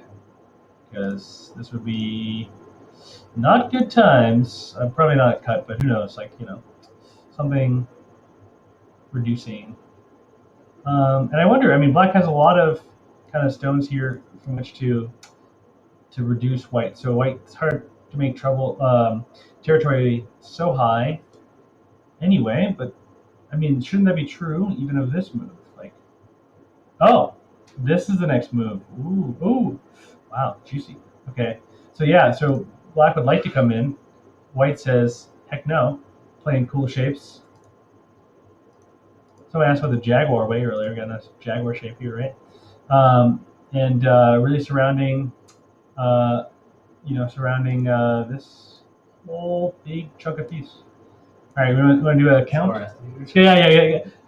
See, great minds think alike. We're both like, hey, what's the score estimator say? Let's check. White ahead by 12 is what our AI overlords say. Yeah, you can kind of see, black got this corner, but can't make many points here. This. Well, that's just the current state of the board, not what AI thinks of what black can get. Okay, yeah. Right. Yeah, given this, there's no guaranteed black points here. Yeah. Yeah, but obviously black could extend and try to make some extra points. But yeah, these feel much more solid. AI kind of makes these squares bigger for solidity and then smaller for like less certain, right? So yeah, we kind of see like solid white points over here. Definitely huge, super solid points over here, and in this part. Honestly, though, with all this fighting, I'm kind of amazed it's that close. Okay, so yeah, black tries this move. I think 12.5 is a big gap when it comes to like an actual game. Right. Well, not just an actual game, like a high level game too. Yeah, a high level game. Yeah. Right. Yeah. Hey, it's that shape move that Eric and Val were playing. Right. Yeah. So again, this is the craziest move. Right. White just plays here, right? Question mark. Just break the shape, and then what does black do? Well, black's just gonna force white to force feed the stones away. Something like this. Yeah. Yeah, and then black's kind of broken up white's turn. Yeah, maybe. I mean, it feels like it's easy to cut, but something like this might be possible. You don't have to hunt it. Oh, you don't have to hunt. So just extend. Sure. Oh yeah. It's just something. This feels more secure for black. And if white cuts here, heck it, you can do some stuff like this. Maybe. Who knows? I mean, I'm making up some garbo variations here, but there's a lot of. Oh, this feels pretty good for white. I don't know, but yeah, who knows? Maybe there's some magic here for black that black's trying to reach for, and we're no longer live. Boom! This is the live move, though, right? Yeah. No, the stream is not. Oh, the stream died. Yeah.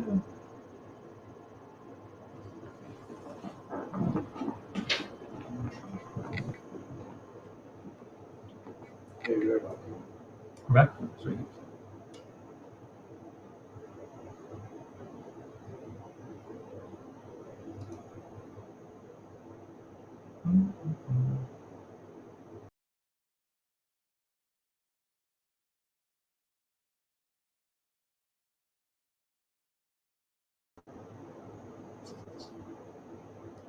Sorry, chat, a little bit of technical difficulties. There we go.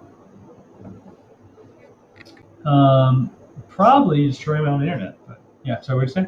White wants the entire top, right? Yeah. White's prioritizing the top, which totally makes sense. And in a more active way than just doing the elephant's eye shape. All right, where's you score estimate again? Sure. So yeah, did this move for black change the game? No. Well, I think it's hard to. On the left side, you can only make black can only make 8 more points. Yeah. And I don't know how many points you can make in this but I think it's going to be very hard for Black to come back That's a great way to look at it. Yeah. unless he can do something on the top. So for those of you that aren't high-dons, myself included, his point is like, right, like what even potential points, um, what even potential points could either player make? And there's not a whole left of great potential on the board, right? Yeah. So if White just hangs on the lead, then there's nothing for Black to do. Being 12 points ahead, yeah, you're saying on this left side here? Yeah. Yeah. Black can't really make enough here to make it worth it and win the game. And there's no points. Classically, there's no points in the center area. So that makes sense. I mean, he could probably do something in the center. Yeah. Just, I don't know what he's going to be doing. Right. Yeah, they're going to try. I mean, again, they're not going to give it up. This is a huge, crucial match for both players. We'll probably see him drag it out to the bitter end. It's a bit hard to watch on stream because they're taking their time. But chat's talking about it though. Tyler could be a spoiler. I agree. Hompa. I mean, yeah. If Remi wins this game, right, carries his lead to the end, that'd be kind of ouchy. If Tyler came from behind and then all losses and then beat Remi, that'd be intense. That'd be awesome for him, but pretty bad for Remi. That's not the move. This is the move. Yeah. Where do you play as White here?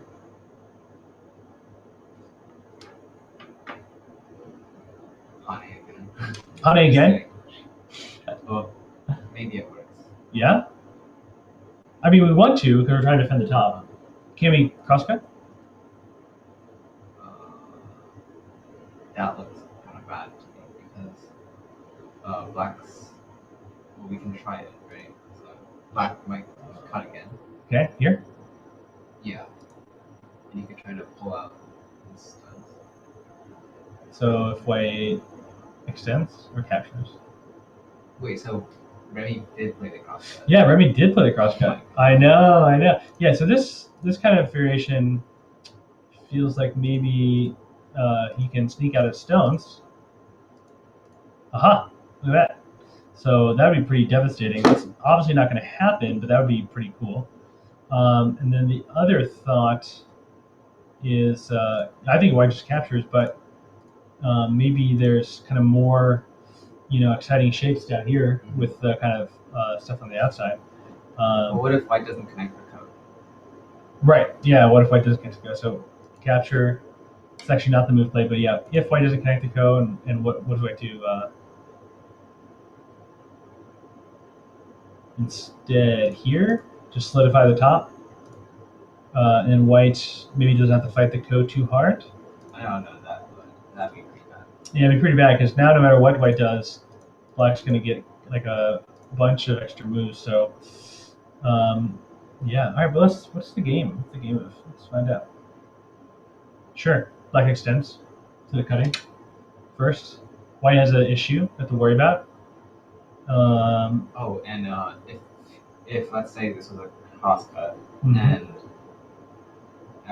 you don't why wouldn't Atari this Black stone, right? Because you just don't Atari stones at a crosscut. So like this analysis, or like Black gains something from that. Oh yeah. Like given the crosscut analysis, you mean? Yeah, that's if they had like just crosscut. Right. We can imagine something else too. Maybe like this. I don't know. Or these players seem crazy. They're always doing these weird things, trying to attack everything. So, but yeah, we didn't get into that. So White just connected solidly. Wait, Oh. That's Yeah. Okay. White extended. White extended. So White wants more than the top. Really? So you say like White's not only trying to get the top, but White's also trying to gain some stuff here, or? I don't know, but he doesn't just want the top. He wants like something extra. Right. Yeah, because my solid connect move earlier, this idea just says, "Hey, I want the top. Don't worry about it." And then you can even give up this stone there and just take it. But yeah, now with a move like that, black is starting to actually do some stuff in the center. But it feels reducible. But yeah, this maybe is a good. Let's do a square surrender from here. Might be a good reduction by black. No, it's not. This is not a good reduction by black. Oh, okay. I think it's because they let white solidify the top too much.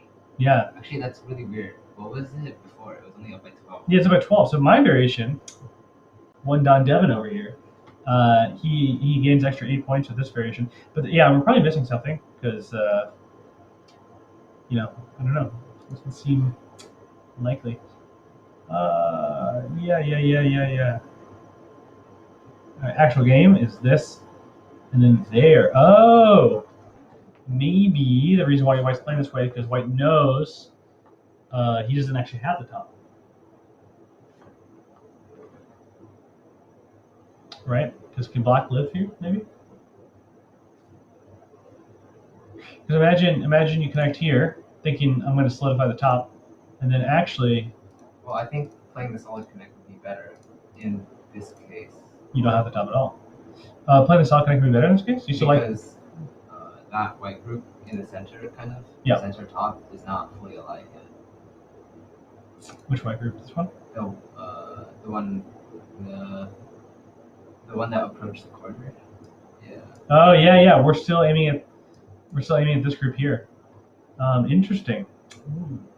Again, I lost focus on that one. Yeah. So that's the question we're asking ourselves.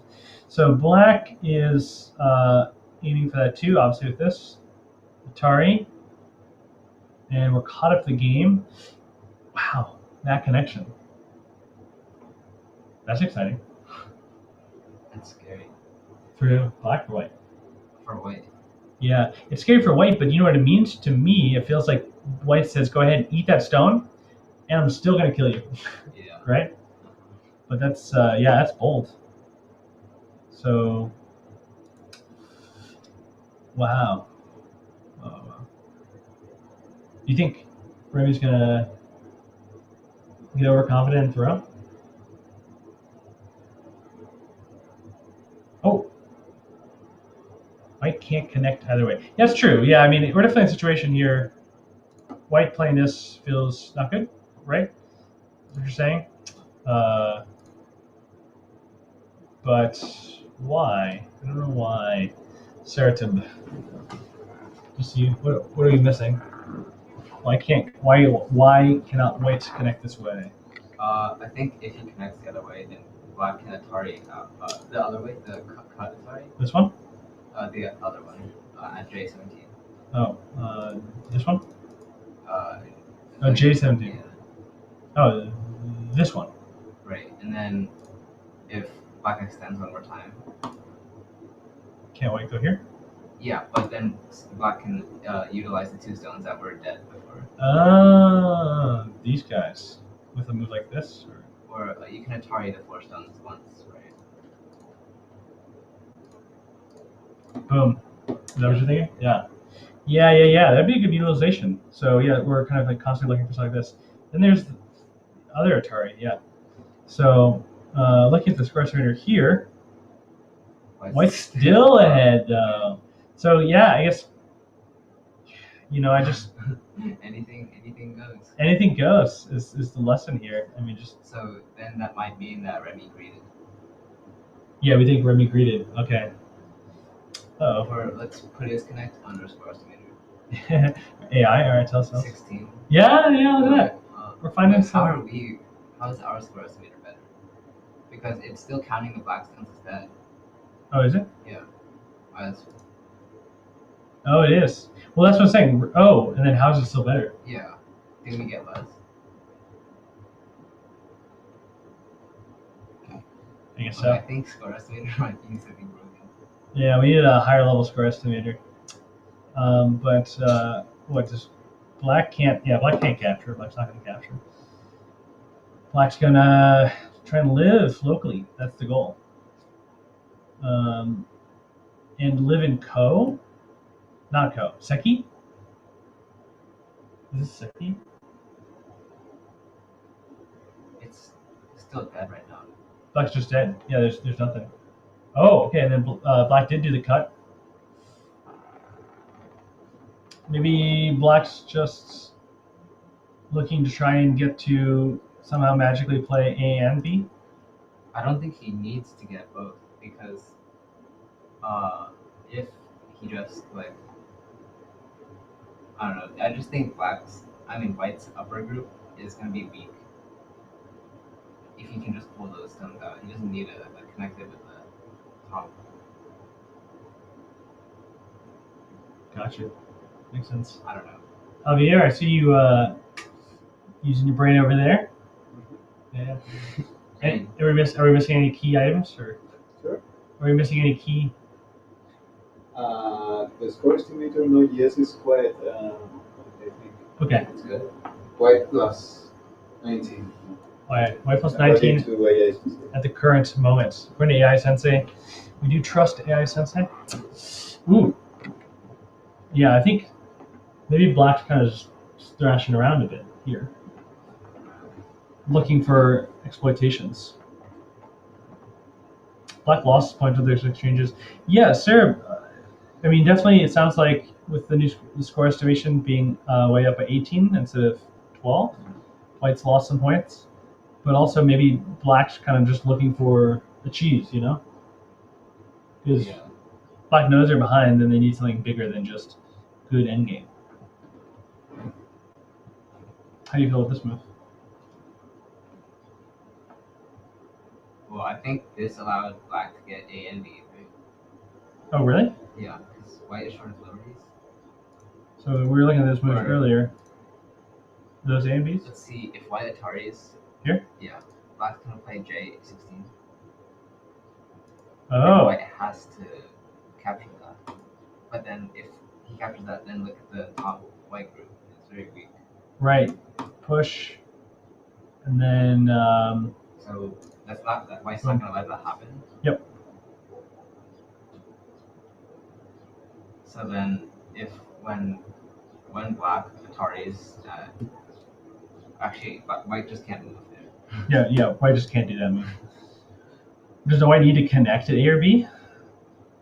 Or, Well, that would still be a bad result. Well, because oh, you're right. Yeah, this would be pretty awesome for black.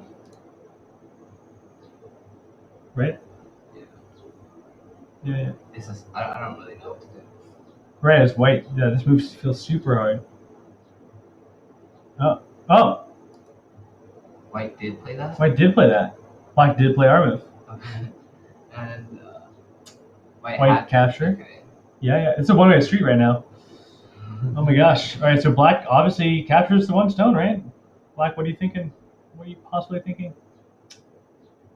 Yeah. Sarah, maybe black pulls a cheese here. And J16 was a blunder, according to AI Sensei. J16. For black. For white. J15. J15, yeah. Yeah. Exactly. That's what we said, right? You can't do that. Dude. Literally future pro right here, given the truth. I will say, obviously, Remi must be like absolutely exhausted. I mean, I can't imagine the tension he's been under for the last 3 hours. Like a 3-hour game like this, like holy go. Yeah, but we have confirmation that the J15 move is a blunder. What the? That move? Oh, because if white If white plays white's supposed to descend now, right, to falsify the I at J19. Oh, here. Yeah.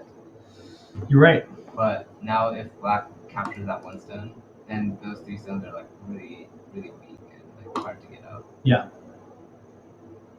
Sarah said, I don't understand anything anymore. Yeah. Well, again, when you're behind, Edward's not looking for the most I think we point-based have some move. like garbage variations in the way. We do. So We'll delete the garbo variations. And these one. wait, but let's go back to the descent. The over here? Yeah. Okay, descend time. So descend connects. Or I think black's gonna first tempt white to Here? I'm not sure, but If white captures, then just live. I think he would play an M19 because Here? yeah, because now black gets Sente instead of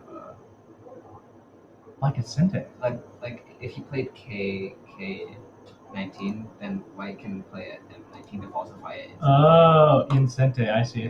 So we have to do a move like this. Yeah. Then when if White connects. It's still dead though. Oh, okay. Yeah, actually, I don't think there is a good local black move. I feel like Then he'd have to capture it. have to capture first. And then white would run away with the group. And now let's play that. And if white, Maybe this one. Haha. You're still dead though. Black feels dead. Black feels dead. So black can't capture. So black didn't capture in the game. Let's see what actually happened. Oh no, white didn't descend. Hey, okay, hold on. I'm getting messed up here because I feel like the descent is kind of good, right? The descent kills black. I'm not sure. Well, that's the idea. Yeah. Maybe so just take it. if, White tries to run. Actually, how do you even run like this? This one. I feel really bad. Yeah, this feels bad, so don't let that happen. That feels like it doesn't work. So this is like the idea. Even that doesn't feel great. White should have played, according to HFEOQ, white should have played G15. H16 was a fake threat. Yeah. J15, we all think that's a blunder. Yeah, J15, big blunder. Where should we go back to? Which one? H15. I mean H16. Yeah. Yeah, H16 was definitely a big fake threat cheese move. Where does white play though here? Do we know? HFEOQ says G15. G. Oh, just be chill. Just say like, hey, if black does this, whatever.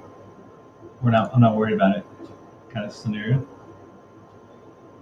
The reason why for our variation where black plays 019, yeah, where white has to respond because black 019. If black plays 019, he threatens to connect under at Q.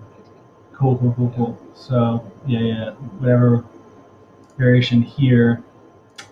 Or there's this connect under. Yeah, duh. Thank you, chat. This is why chat is important. DB status, you are a hero for correcting us in our silliness, because that's super clear, right? Can't do that. But so then if 019, then white would have the target. So boom, target here. Yeah. Still feels fine, but whatever. Yeah, something feels more possible now. Oh wait, yeah, this doesn't work. You can't ever do the target because it's a co. Time to coach. It's like, well, it's a co. White is that? Which white's explodes. So, yeah. So that would be that. Okay, that's good. Good to know. Makes sense. This descent, yeah, this is kind of still the classic way to kill for the weaker players out there. This idea of what to do. But yeah, so white simplifies, plays here, but it's painful because now, boom, hey, what do you know? That's the move we were expecting. So White's forced to block, right? We kind of expected this. And now black can play here. No. Well, black is alive. Black's alive. This is the move. Black's alive. Okay, so score estimator. Let's check that. Square estimator. White's still up. White's not only up by still up. White's up by more than before. L19 for black was a big blunder as well. Oh. Even bigger than white. L19. According to Yeah. She just captured, right? Oh, here? Black should just capture? Yeah.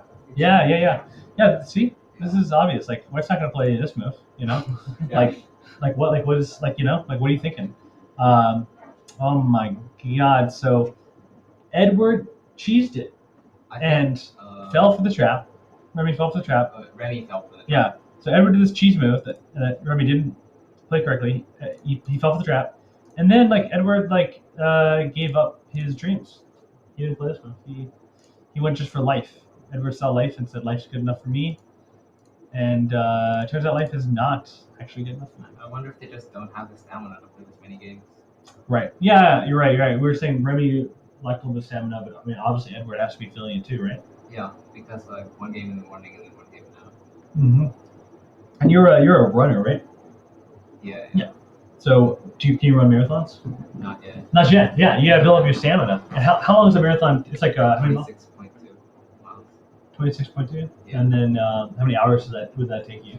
If I tried to run it at like my easy pace, Yeah, it would probably take me like 4 hours. 4 hours. Yeah. So this is literally like approaching marathon level go because they're at what 3 hours. Oh, welcome back, Go Prince 91. Go Prince! Yeah, really exciting Remi Edward game.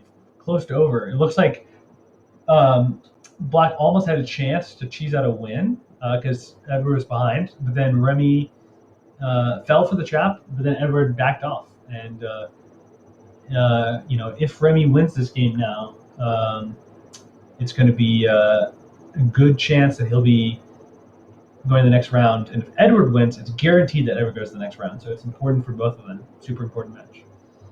I think there's been like a few more moves. Yep. Now they're probably both in overtime, so they're sprinting forward. Endgame. Yeah, this feels weird. It's threatening the code to be alive again. Oh yeah. So Black has to answer that for sure. Sente. And then White threatens, right? Okay. Sente. Black connects. And then huge move. Absolutely giant move.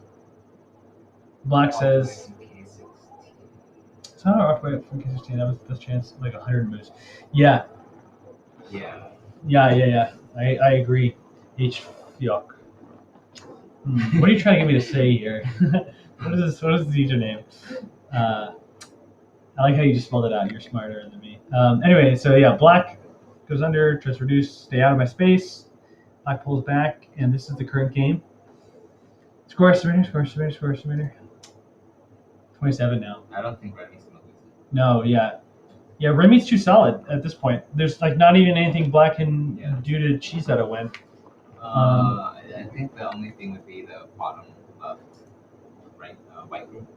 Bottom left. Oh yeah, so like let's say White does this, and then Black plays here and magically kills the whole bottom left. Something weird. Like this happens, and then yeah, Black kills the group. That would be pretty cool. That would be ideal. I guess that's what Edward needs to have happen somehow. But it's not going to happen. And let me delete this random variation that definitely no one needs to see. I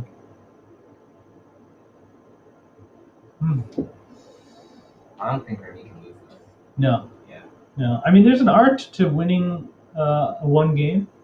He's up by like 20 points though. That's true. Have you ever lost a game when you're up by 20? Probably not from endgame. Probably just from throwing. But Right. Yeah, I think that move that we were talking about earlier, trying to up in the top would have been Edward's best chance to actually come back from a 20-point lot behind. But now it's 20 points and White's solid, right? Like White can even play safe moves. Like White can be lazy about it. So that's kind of important. I think Remi's pretty relaxed. Like. Yeah. But he's probably reminding himself to like stay focused. Yeah. Because what you have overtime, so each minute, I mean, you're trying to find the best move, but it's a mental game, right? So I feel like I'm managing my emotions a lot. So White's just protecting the cuts.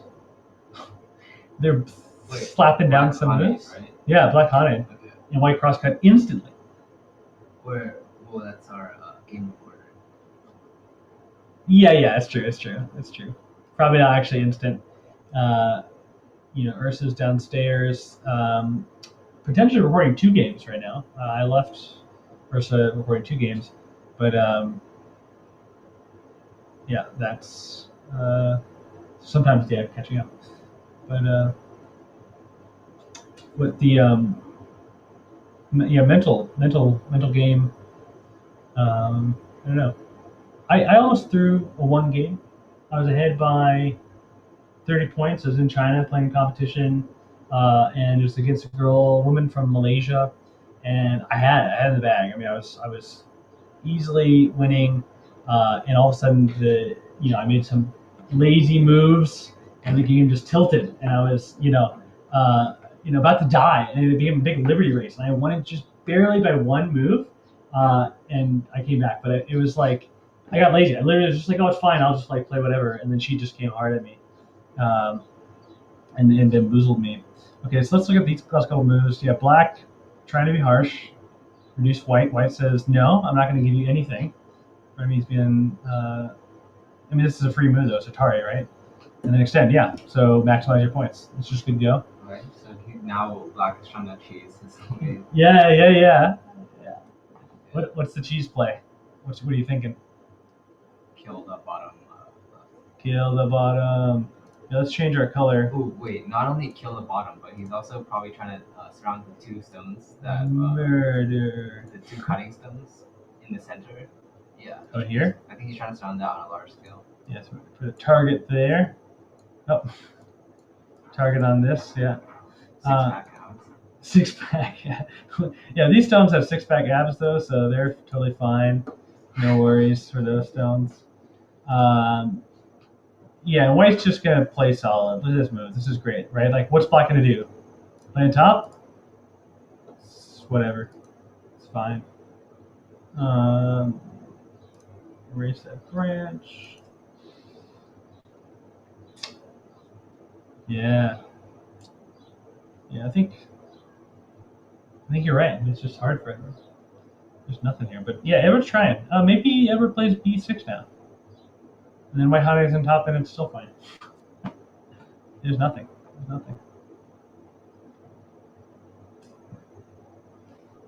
So,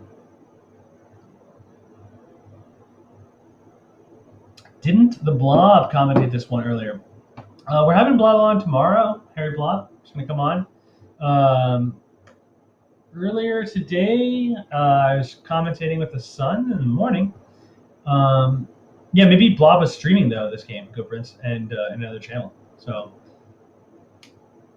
I think black's trying to get something with the ladder.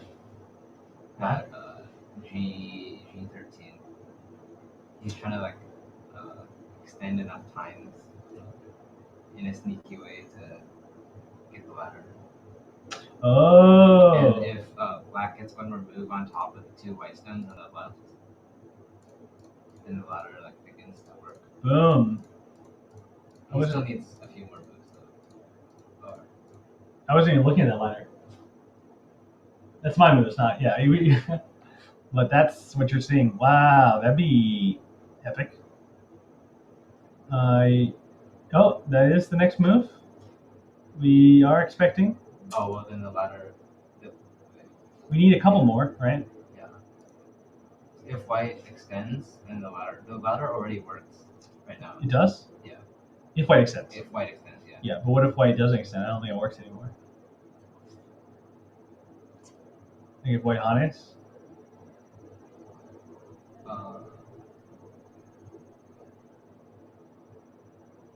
Yeah, white haunts doesn't work. Yep. So yeah, we need Remi to be lazy. Can't be lazy, Remi. Don't do it. Oh yeah, just breaks out of the ladder, and then you can push your way out to glory. But so, that just gives black a ton of 3 points in the center. That's true. All right, let's just see Remi's move then. Yeah, get rid of my Garbo variation. What's the actual move? Oh. He protects against the ladder. Yeah. Gee, I can't believe you saw that ladder. I didn't even. It was there. It's like I don't know. That's crazy. Yeah, like I'm not even expecting this as black. Black has to try everything. Yeah. Wow. Okay, but Remi saw it. Remi's too good. Okay. I don't know why your computer says that we're offline, but we're online. Okay.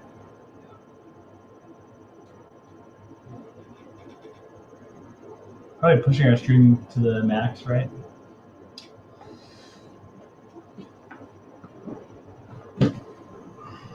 Been doing it for 3+ hours. Javier's computer's exploding. You know. Wait, so white honey. Why isn't it showing? Really? Okay. Oh, this is not the because move? we were synced. We synced with Ursa. Oh, yeah. And then she was back one. Yep. I Go think- Prince says White has a simple way out with a net of K11. K11. Well, the net doesn't work yet because white. Wait, doesn't that work? For White?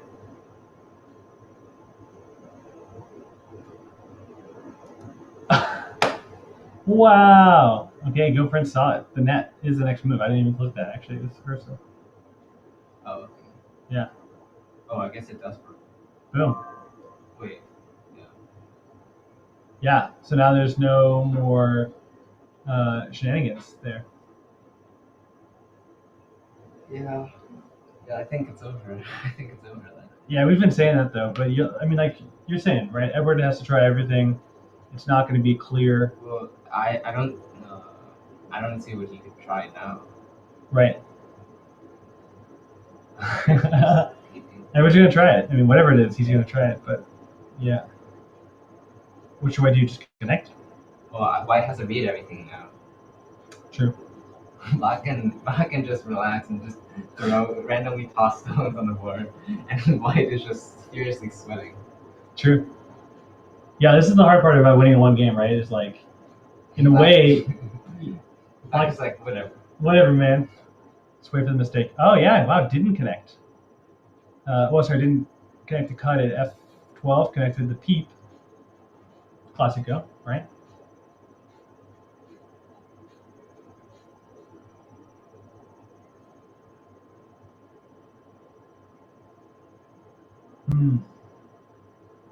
I was reading out the net at K11, but I thought white needed a few more moves.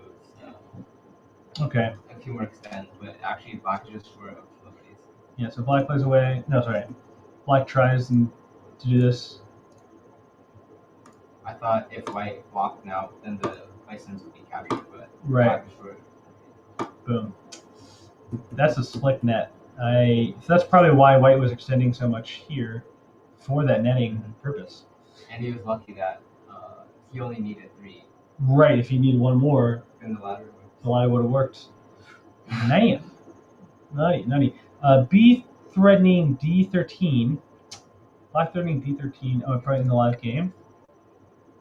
D13. Yeah. So threatening this one. The white doesn't care because he will just Atari the J12 stone. J12. Yeah. Right. Because if white blocked, then black would Atari at F12. Where? If white blocks at C13. Yeah, that one. Boom. Oh yeah, now it's a ladder again. Yeah. Ooh, sneaky. So he's trying to goad him into that move. But Well, black takes a second though. It's not going for it yet. Because it doesn't work. Or it doesn't work if white plays the right responses.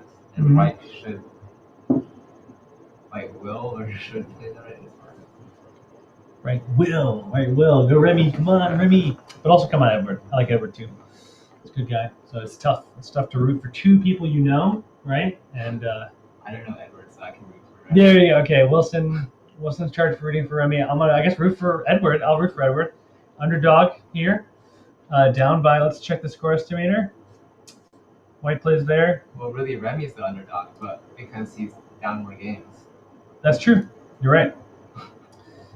Yeah, so Remi is the underdog. Remi needs to win this game and the next one. All right. Looks like we're catching up to some of the game here. After this move, black realizes there's no juice, so plays over here. Looking for some juice. Juicy juice.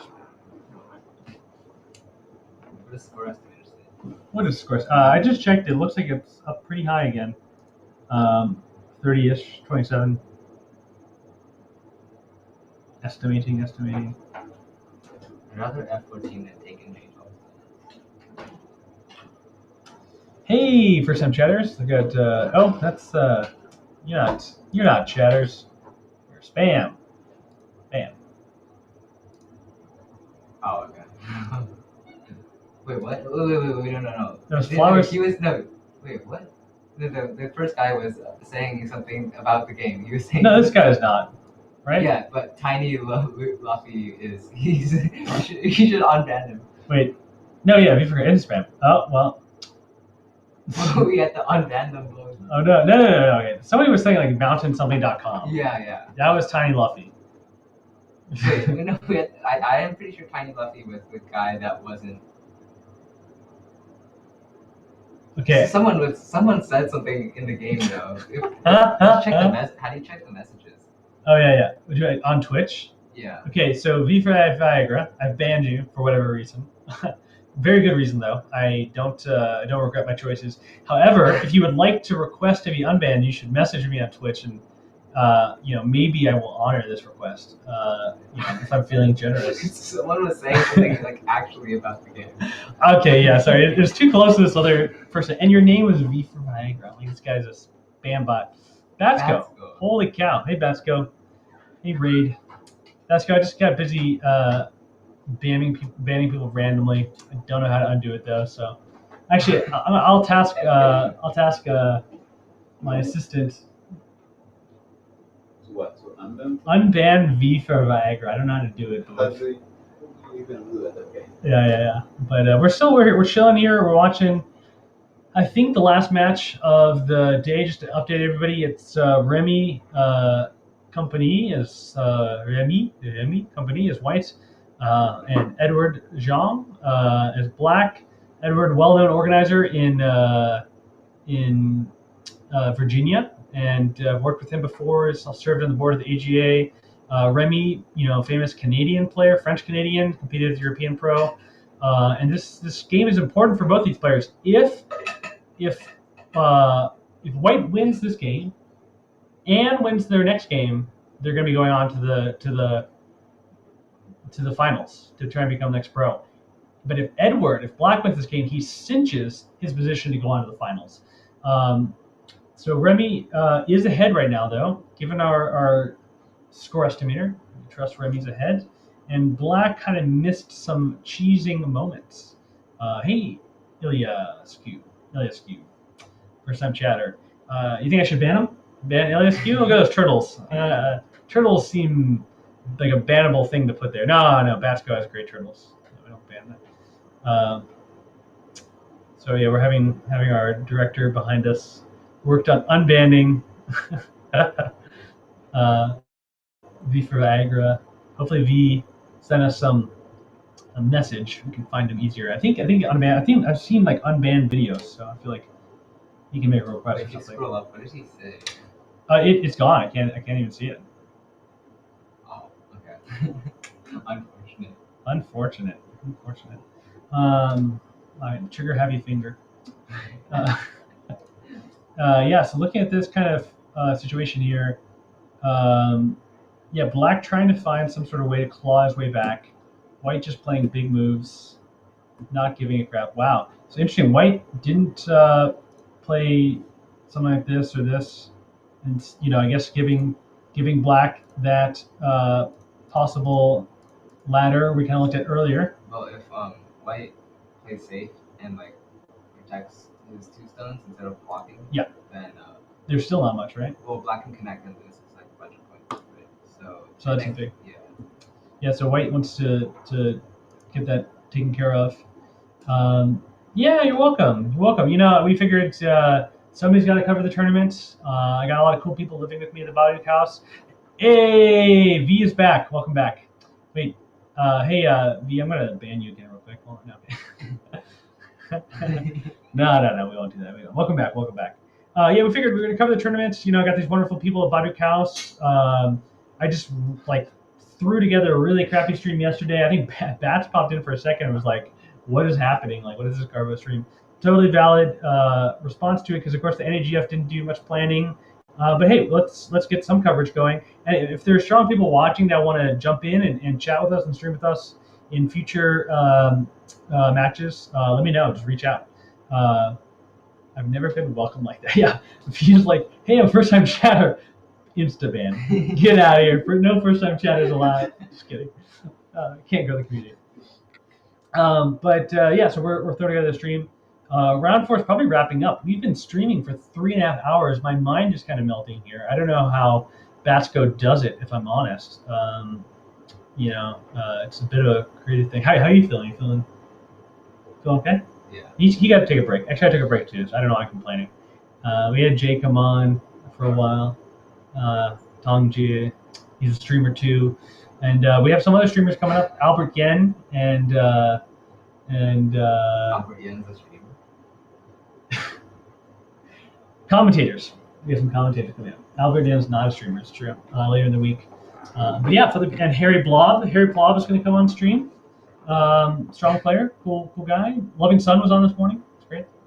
But yeah, this game's super important. So we kind of really want to know the issue here. And wow, this move has been here for a while. Does that mean resignation? Yeah, I think so. You think so? Yeah, because the players are definitely in overtime.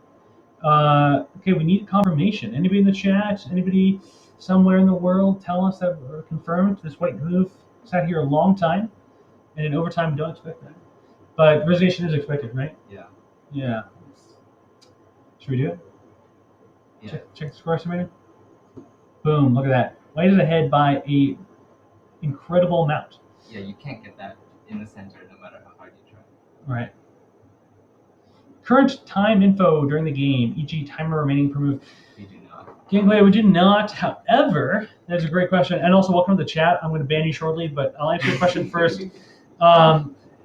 The plan is to have them use OGS. Now, what we've currently done for your benefit is we have somebody downstairs, Ursa, one of the wonderful Betterhouse member people, literally transcribing the games from KGS over to OGS because KGS is garbage, and that way we can review it and do score estimators and draw on the board, and people can commentate and stuff like that.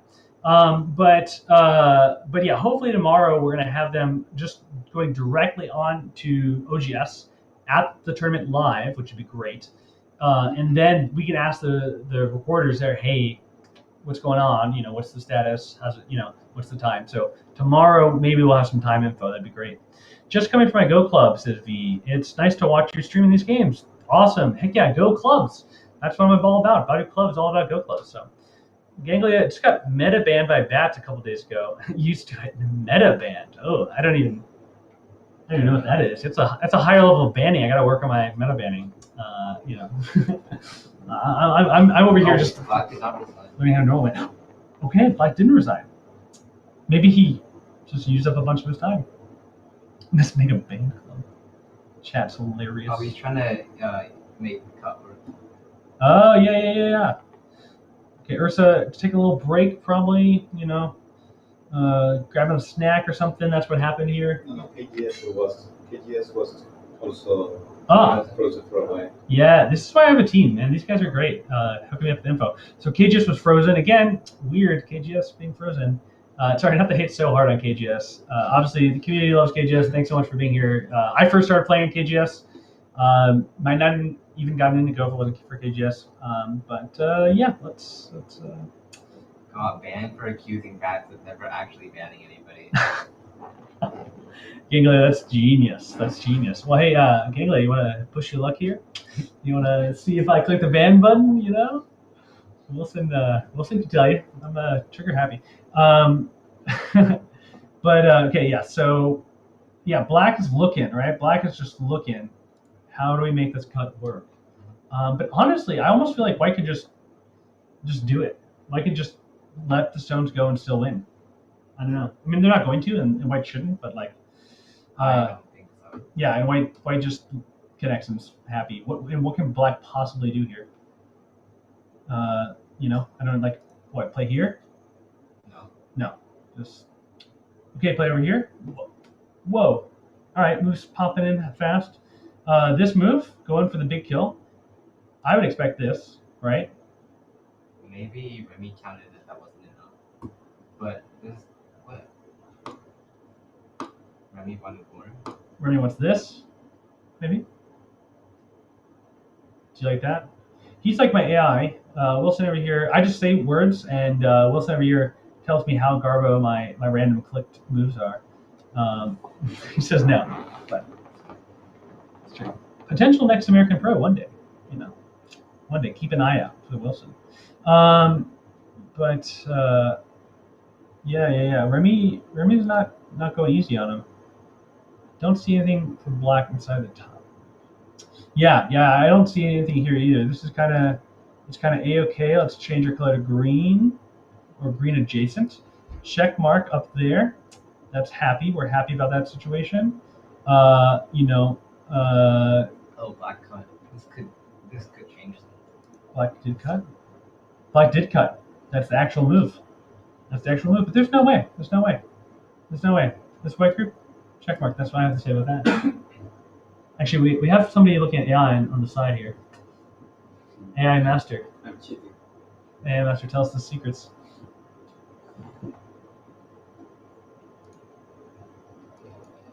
These stones? Goners. That's my thought. On it. But sure enough, look at that. White does honey on top. I predict the future. Blue move. Blue move? We got a blue move here. Ladies and gentlemen, we got blue move.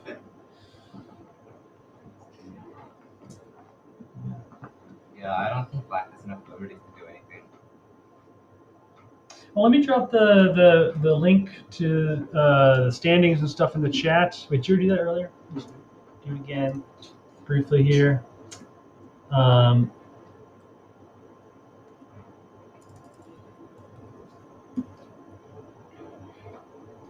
Pro Qualifier Tournament.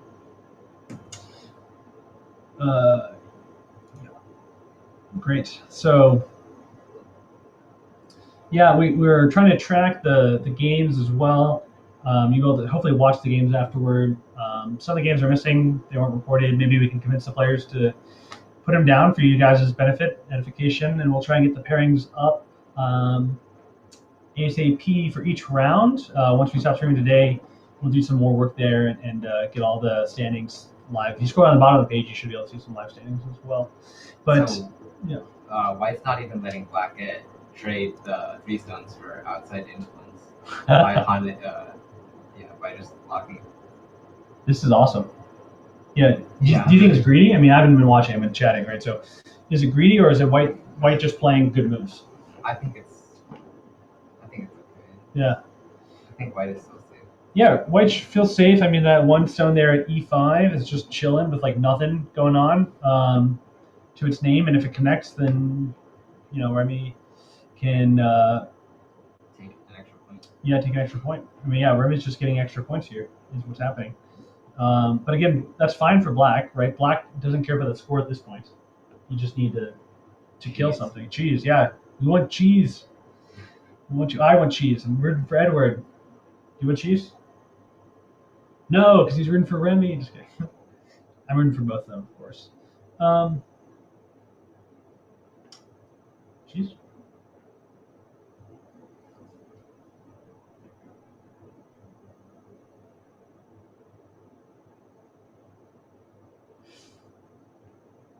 Maybe I kind of see some crazy cheese here. If white just plays a silly move, yeah, let's go back like this.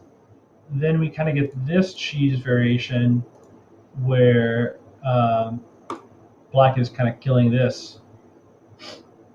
But it's not worth that much, right? Because black can still save his stones. Black can still save his stones. Double the target. Oh, white can still save his stones. Yeah, you're right. It's. Oh, yeah, sorry, white. No, you're good. It's not worth much at all. I mean, you can sneak out under, but it's probably still not even enough. And white's alive, so there's no cheese here. We get some points stealing, but and white, of course, isn't going to play that way. White's too courageous, or rather, maybe white sees the issue. Very cautious. White needs to play cautious in this stage of the game. What's chat saying? Black should cut E17 after white E19, and white would have to give up 2 stones. But after that, white still has to significantly Right. HFEOQ speaks the truth. Yeah, the goal is just keeping this crazy lead right now. So like looking at score estimator again, the lead keeps growing. White by 36. I'm not sure White even has to give up 2 stones. Oh, in the example here, where should I click? Tell me. Upper, like right after E19. E19. Yeah, E19. Where's E19? the very top. Oh yeah, white doesn't need to give up those 2 stones. Right, because black, or if black cuts E17, the ladder works for white.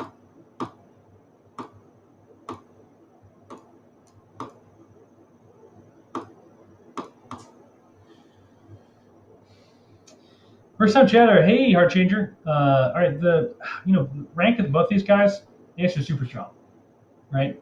I think they're both 5, 6, 7 Donish, AGA, CGA kind of level, but yeah, I mean at this point Black's pretty far behind, but not due to lack of skill. I mean Black actually is before this game was the favorite to win it. He was 3-0, right? No, he was 2-0 with a bye. So, yeah, so Black's pretty strong. Go Prince is saying after white authority at F16, black has E14 to Suji. So, Here? E14. Oh wait, One more for Black. Yeah, 1 lower for black. So, boom. So okay, let's look at this then. That's kind of interesting. AI keeps saying anything that's not A12 is a blunder for white. Like, white can play A12 now in the game, and like Oh, now. for 8 turns, it's been like A12, A12. Okay, so yeah, current game we're crucial thing happening here. Let's look at this briefly.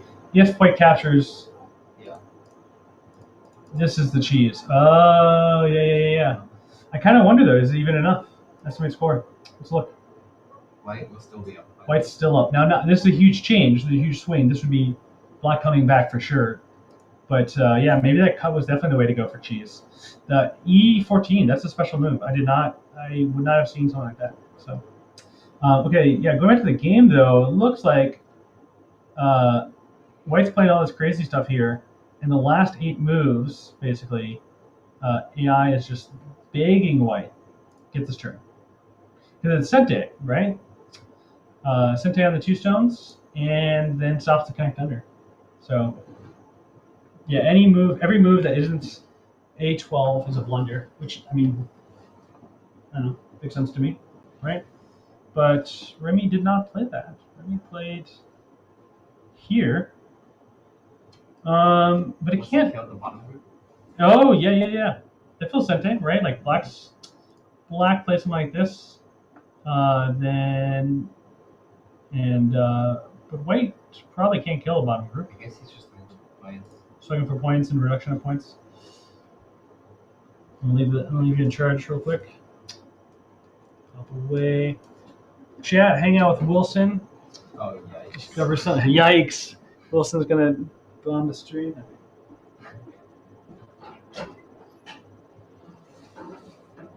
So it looks like white does not care about black connecting under. And he's attacking the bottom left black group.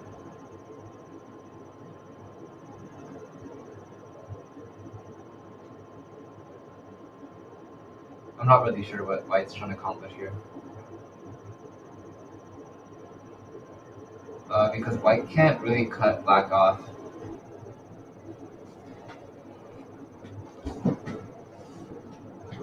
White cannot really cut black off from over here.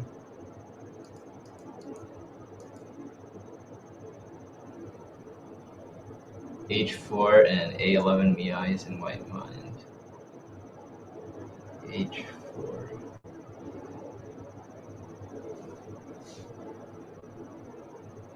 Oh, okay.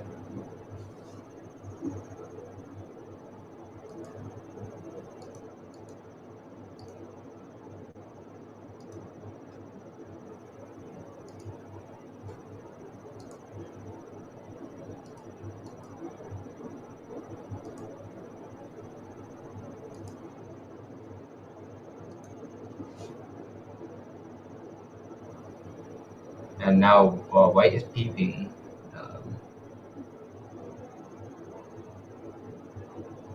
If black connects under, then white gets to play that, I guess. It doesn't do that much.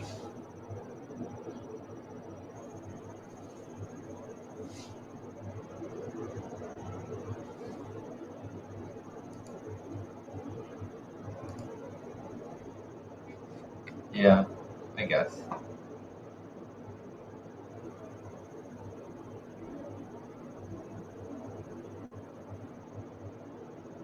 Wait, when did black play this? Oh, I think white made a mistake because the cut, this G6 does not actually do much. Because black can still connect to this because of this stone, and now this net doesn't work. Or does it? Wait, huh? Why is black playing this? Or okay, so black might be thinking of playing this in defense. So then when black does that, then it's very like solidly connected. So like black is probably thinking of forcing white in that way.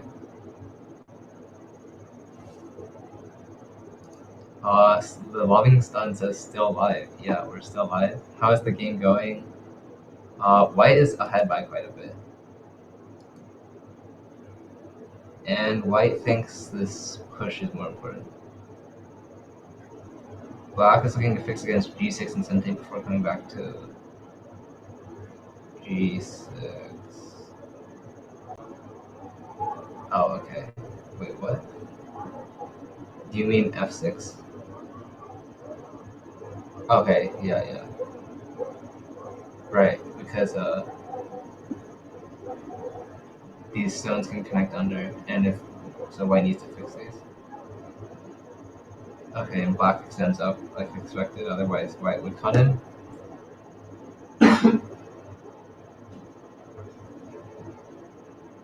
I'm beginning to feel like I've been left, and Devin is not coming back.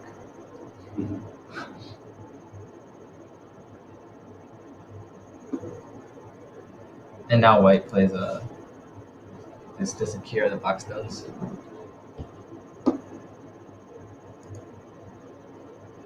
Okay, so right now white is leading by even more. He's leading by close to 40 points. If I were in this game, I'd be expecting to resign. I don't know.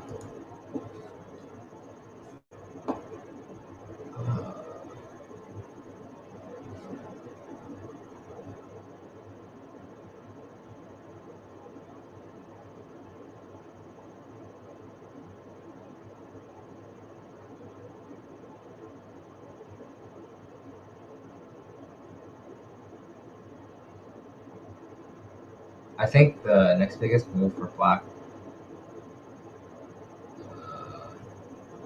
would be to connect underneath.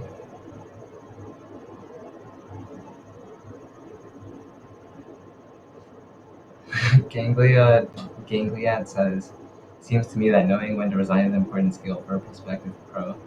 Yeah, I guess.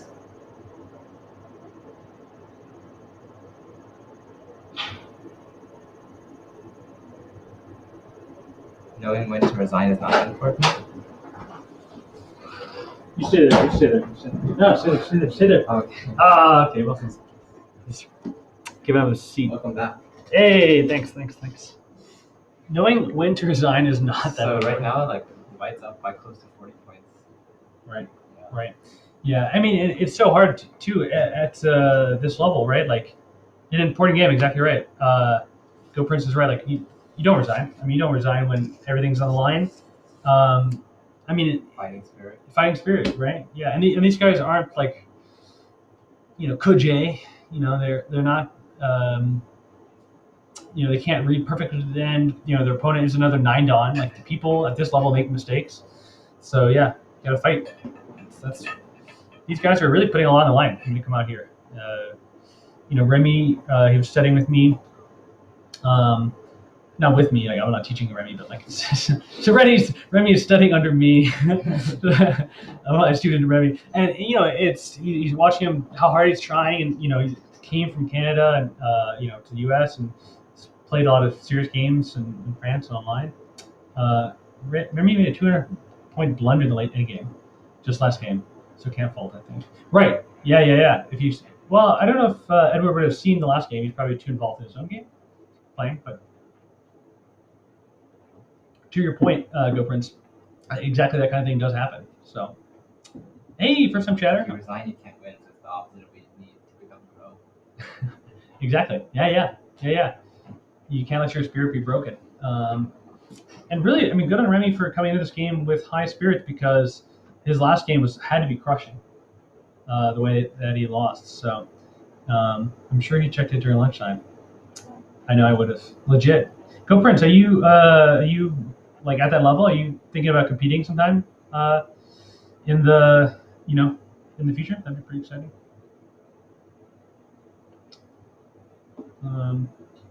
And chat got way more engaged. I walked away for like 3 minutes, and now chat and Wilson had this like inside jokes that I don't know about it. Wait, inside jokes? Where? I'm just who knows? But maybe you do. I don't know. Like I walked away, and who knows what happens? Just need to balance being tired and tilted for the rest of the tournament with whatever you think are your odds of coming back. Yeah. Go with such a psychological game. Behind Go Prince. Legit. Well, dude, thanks for coming out. Dude and or Dudess, thanks for coming out, hanging out with us, having a good time. And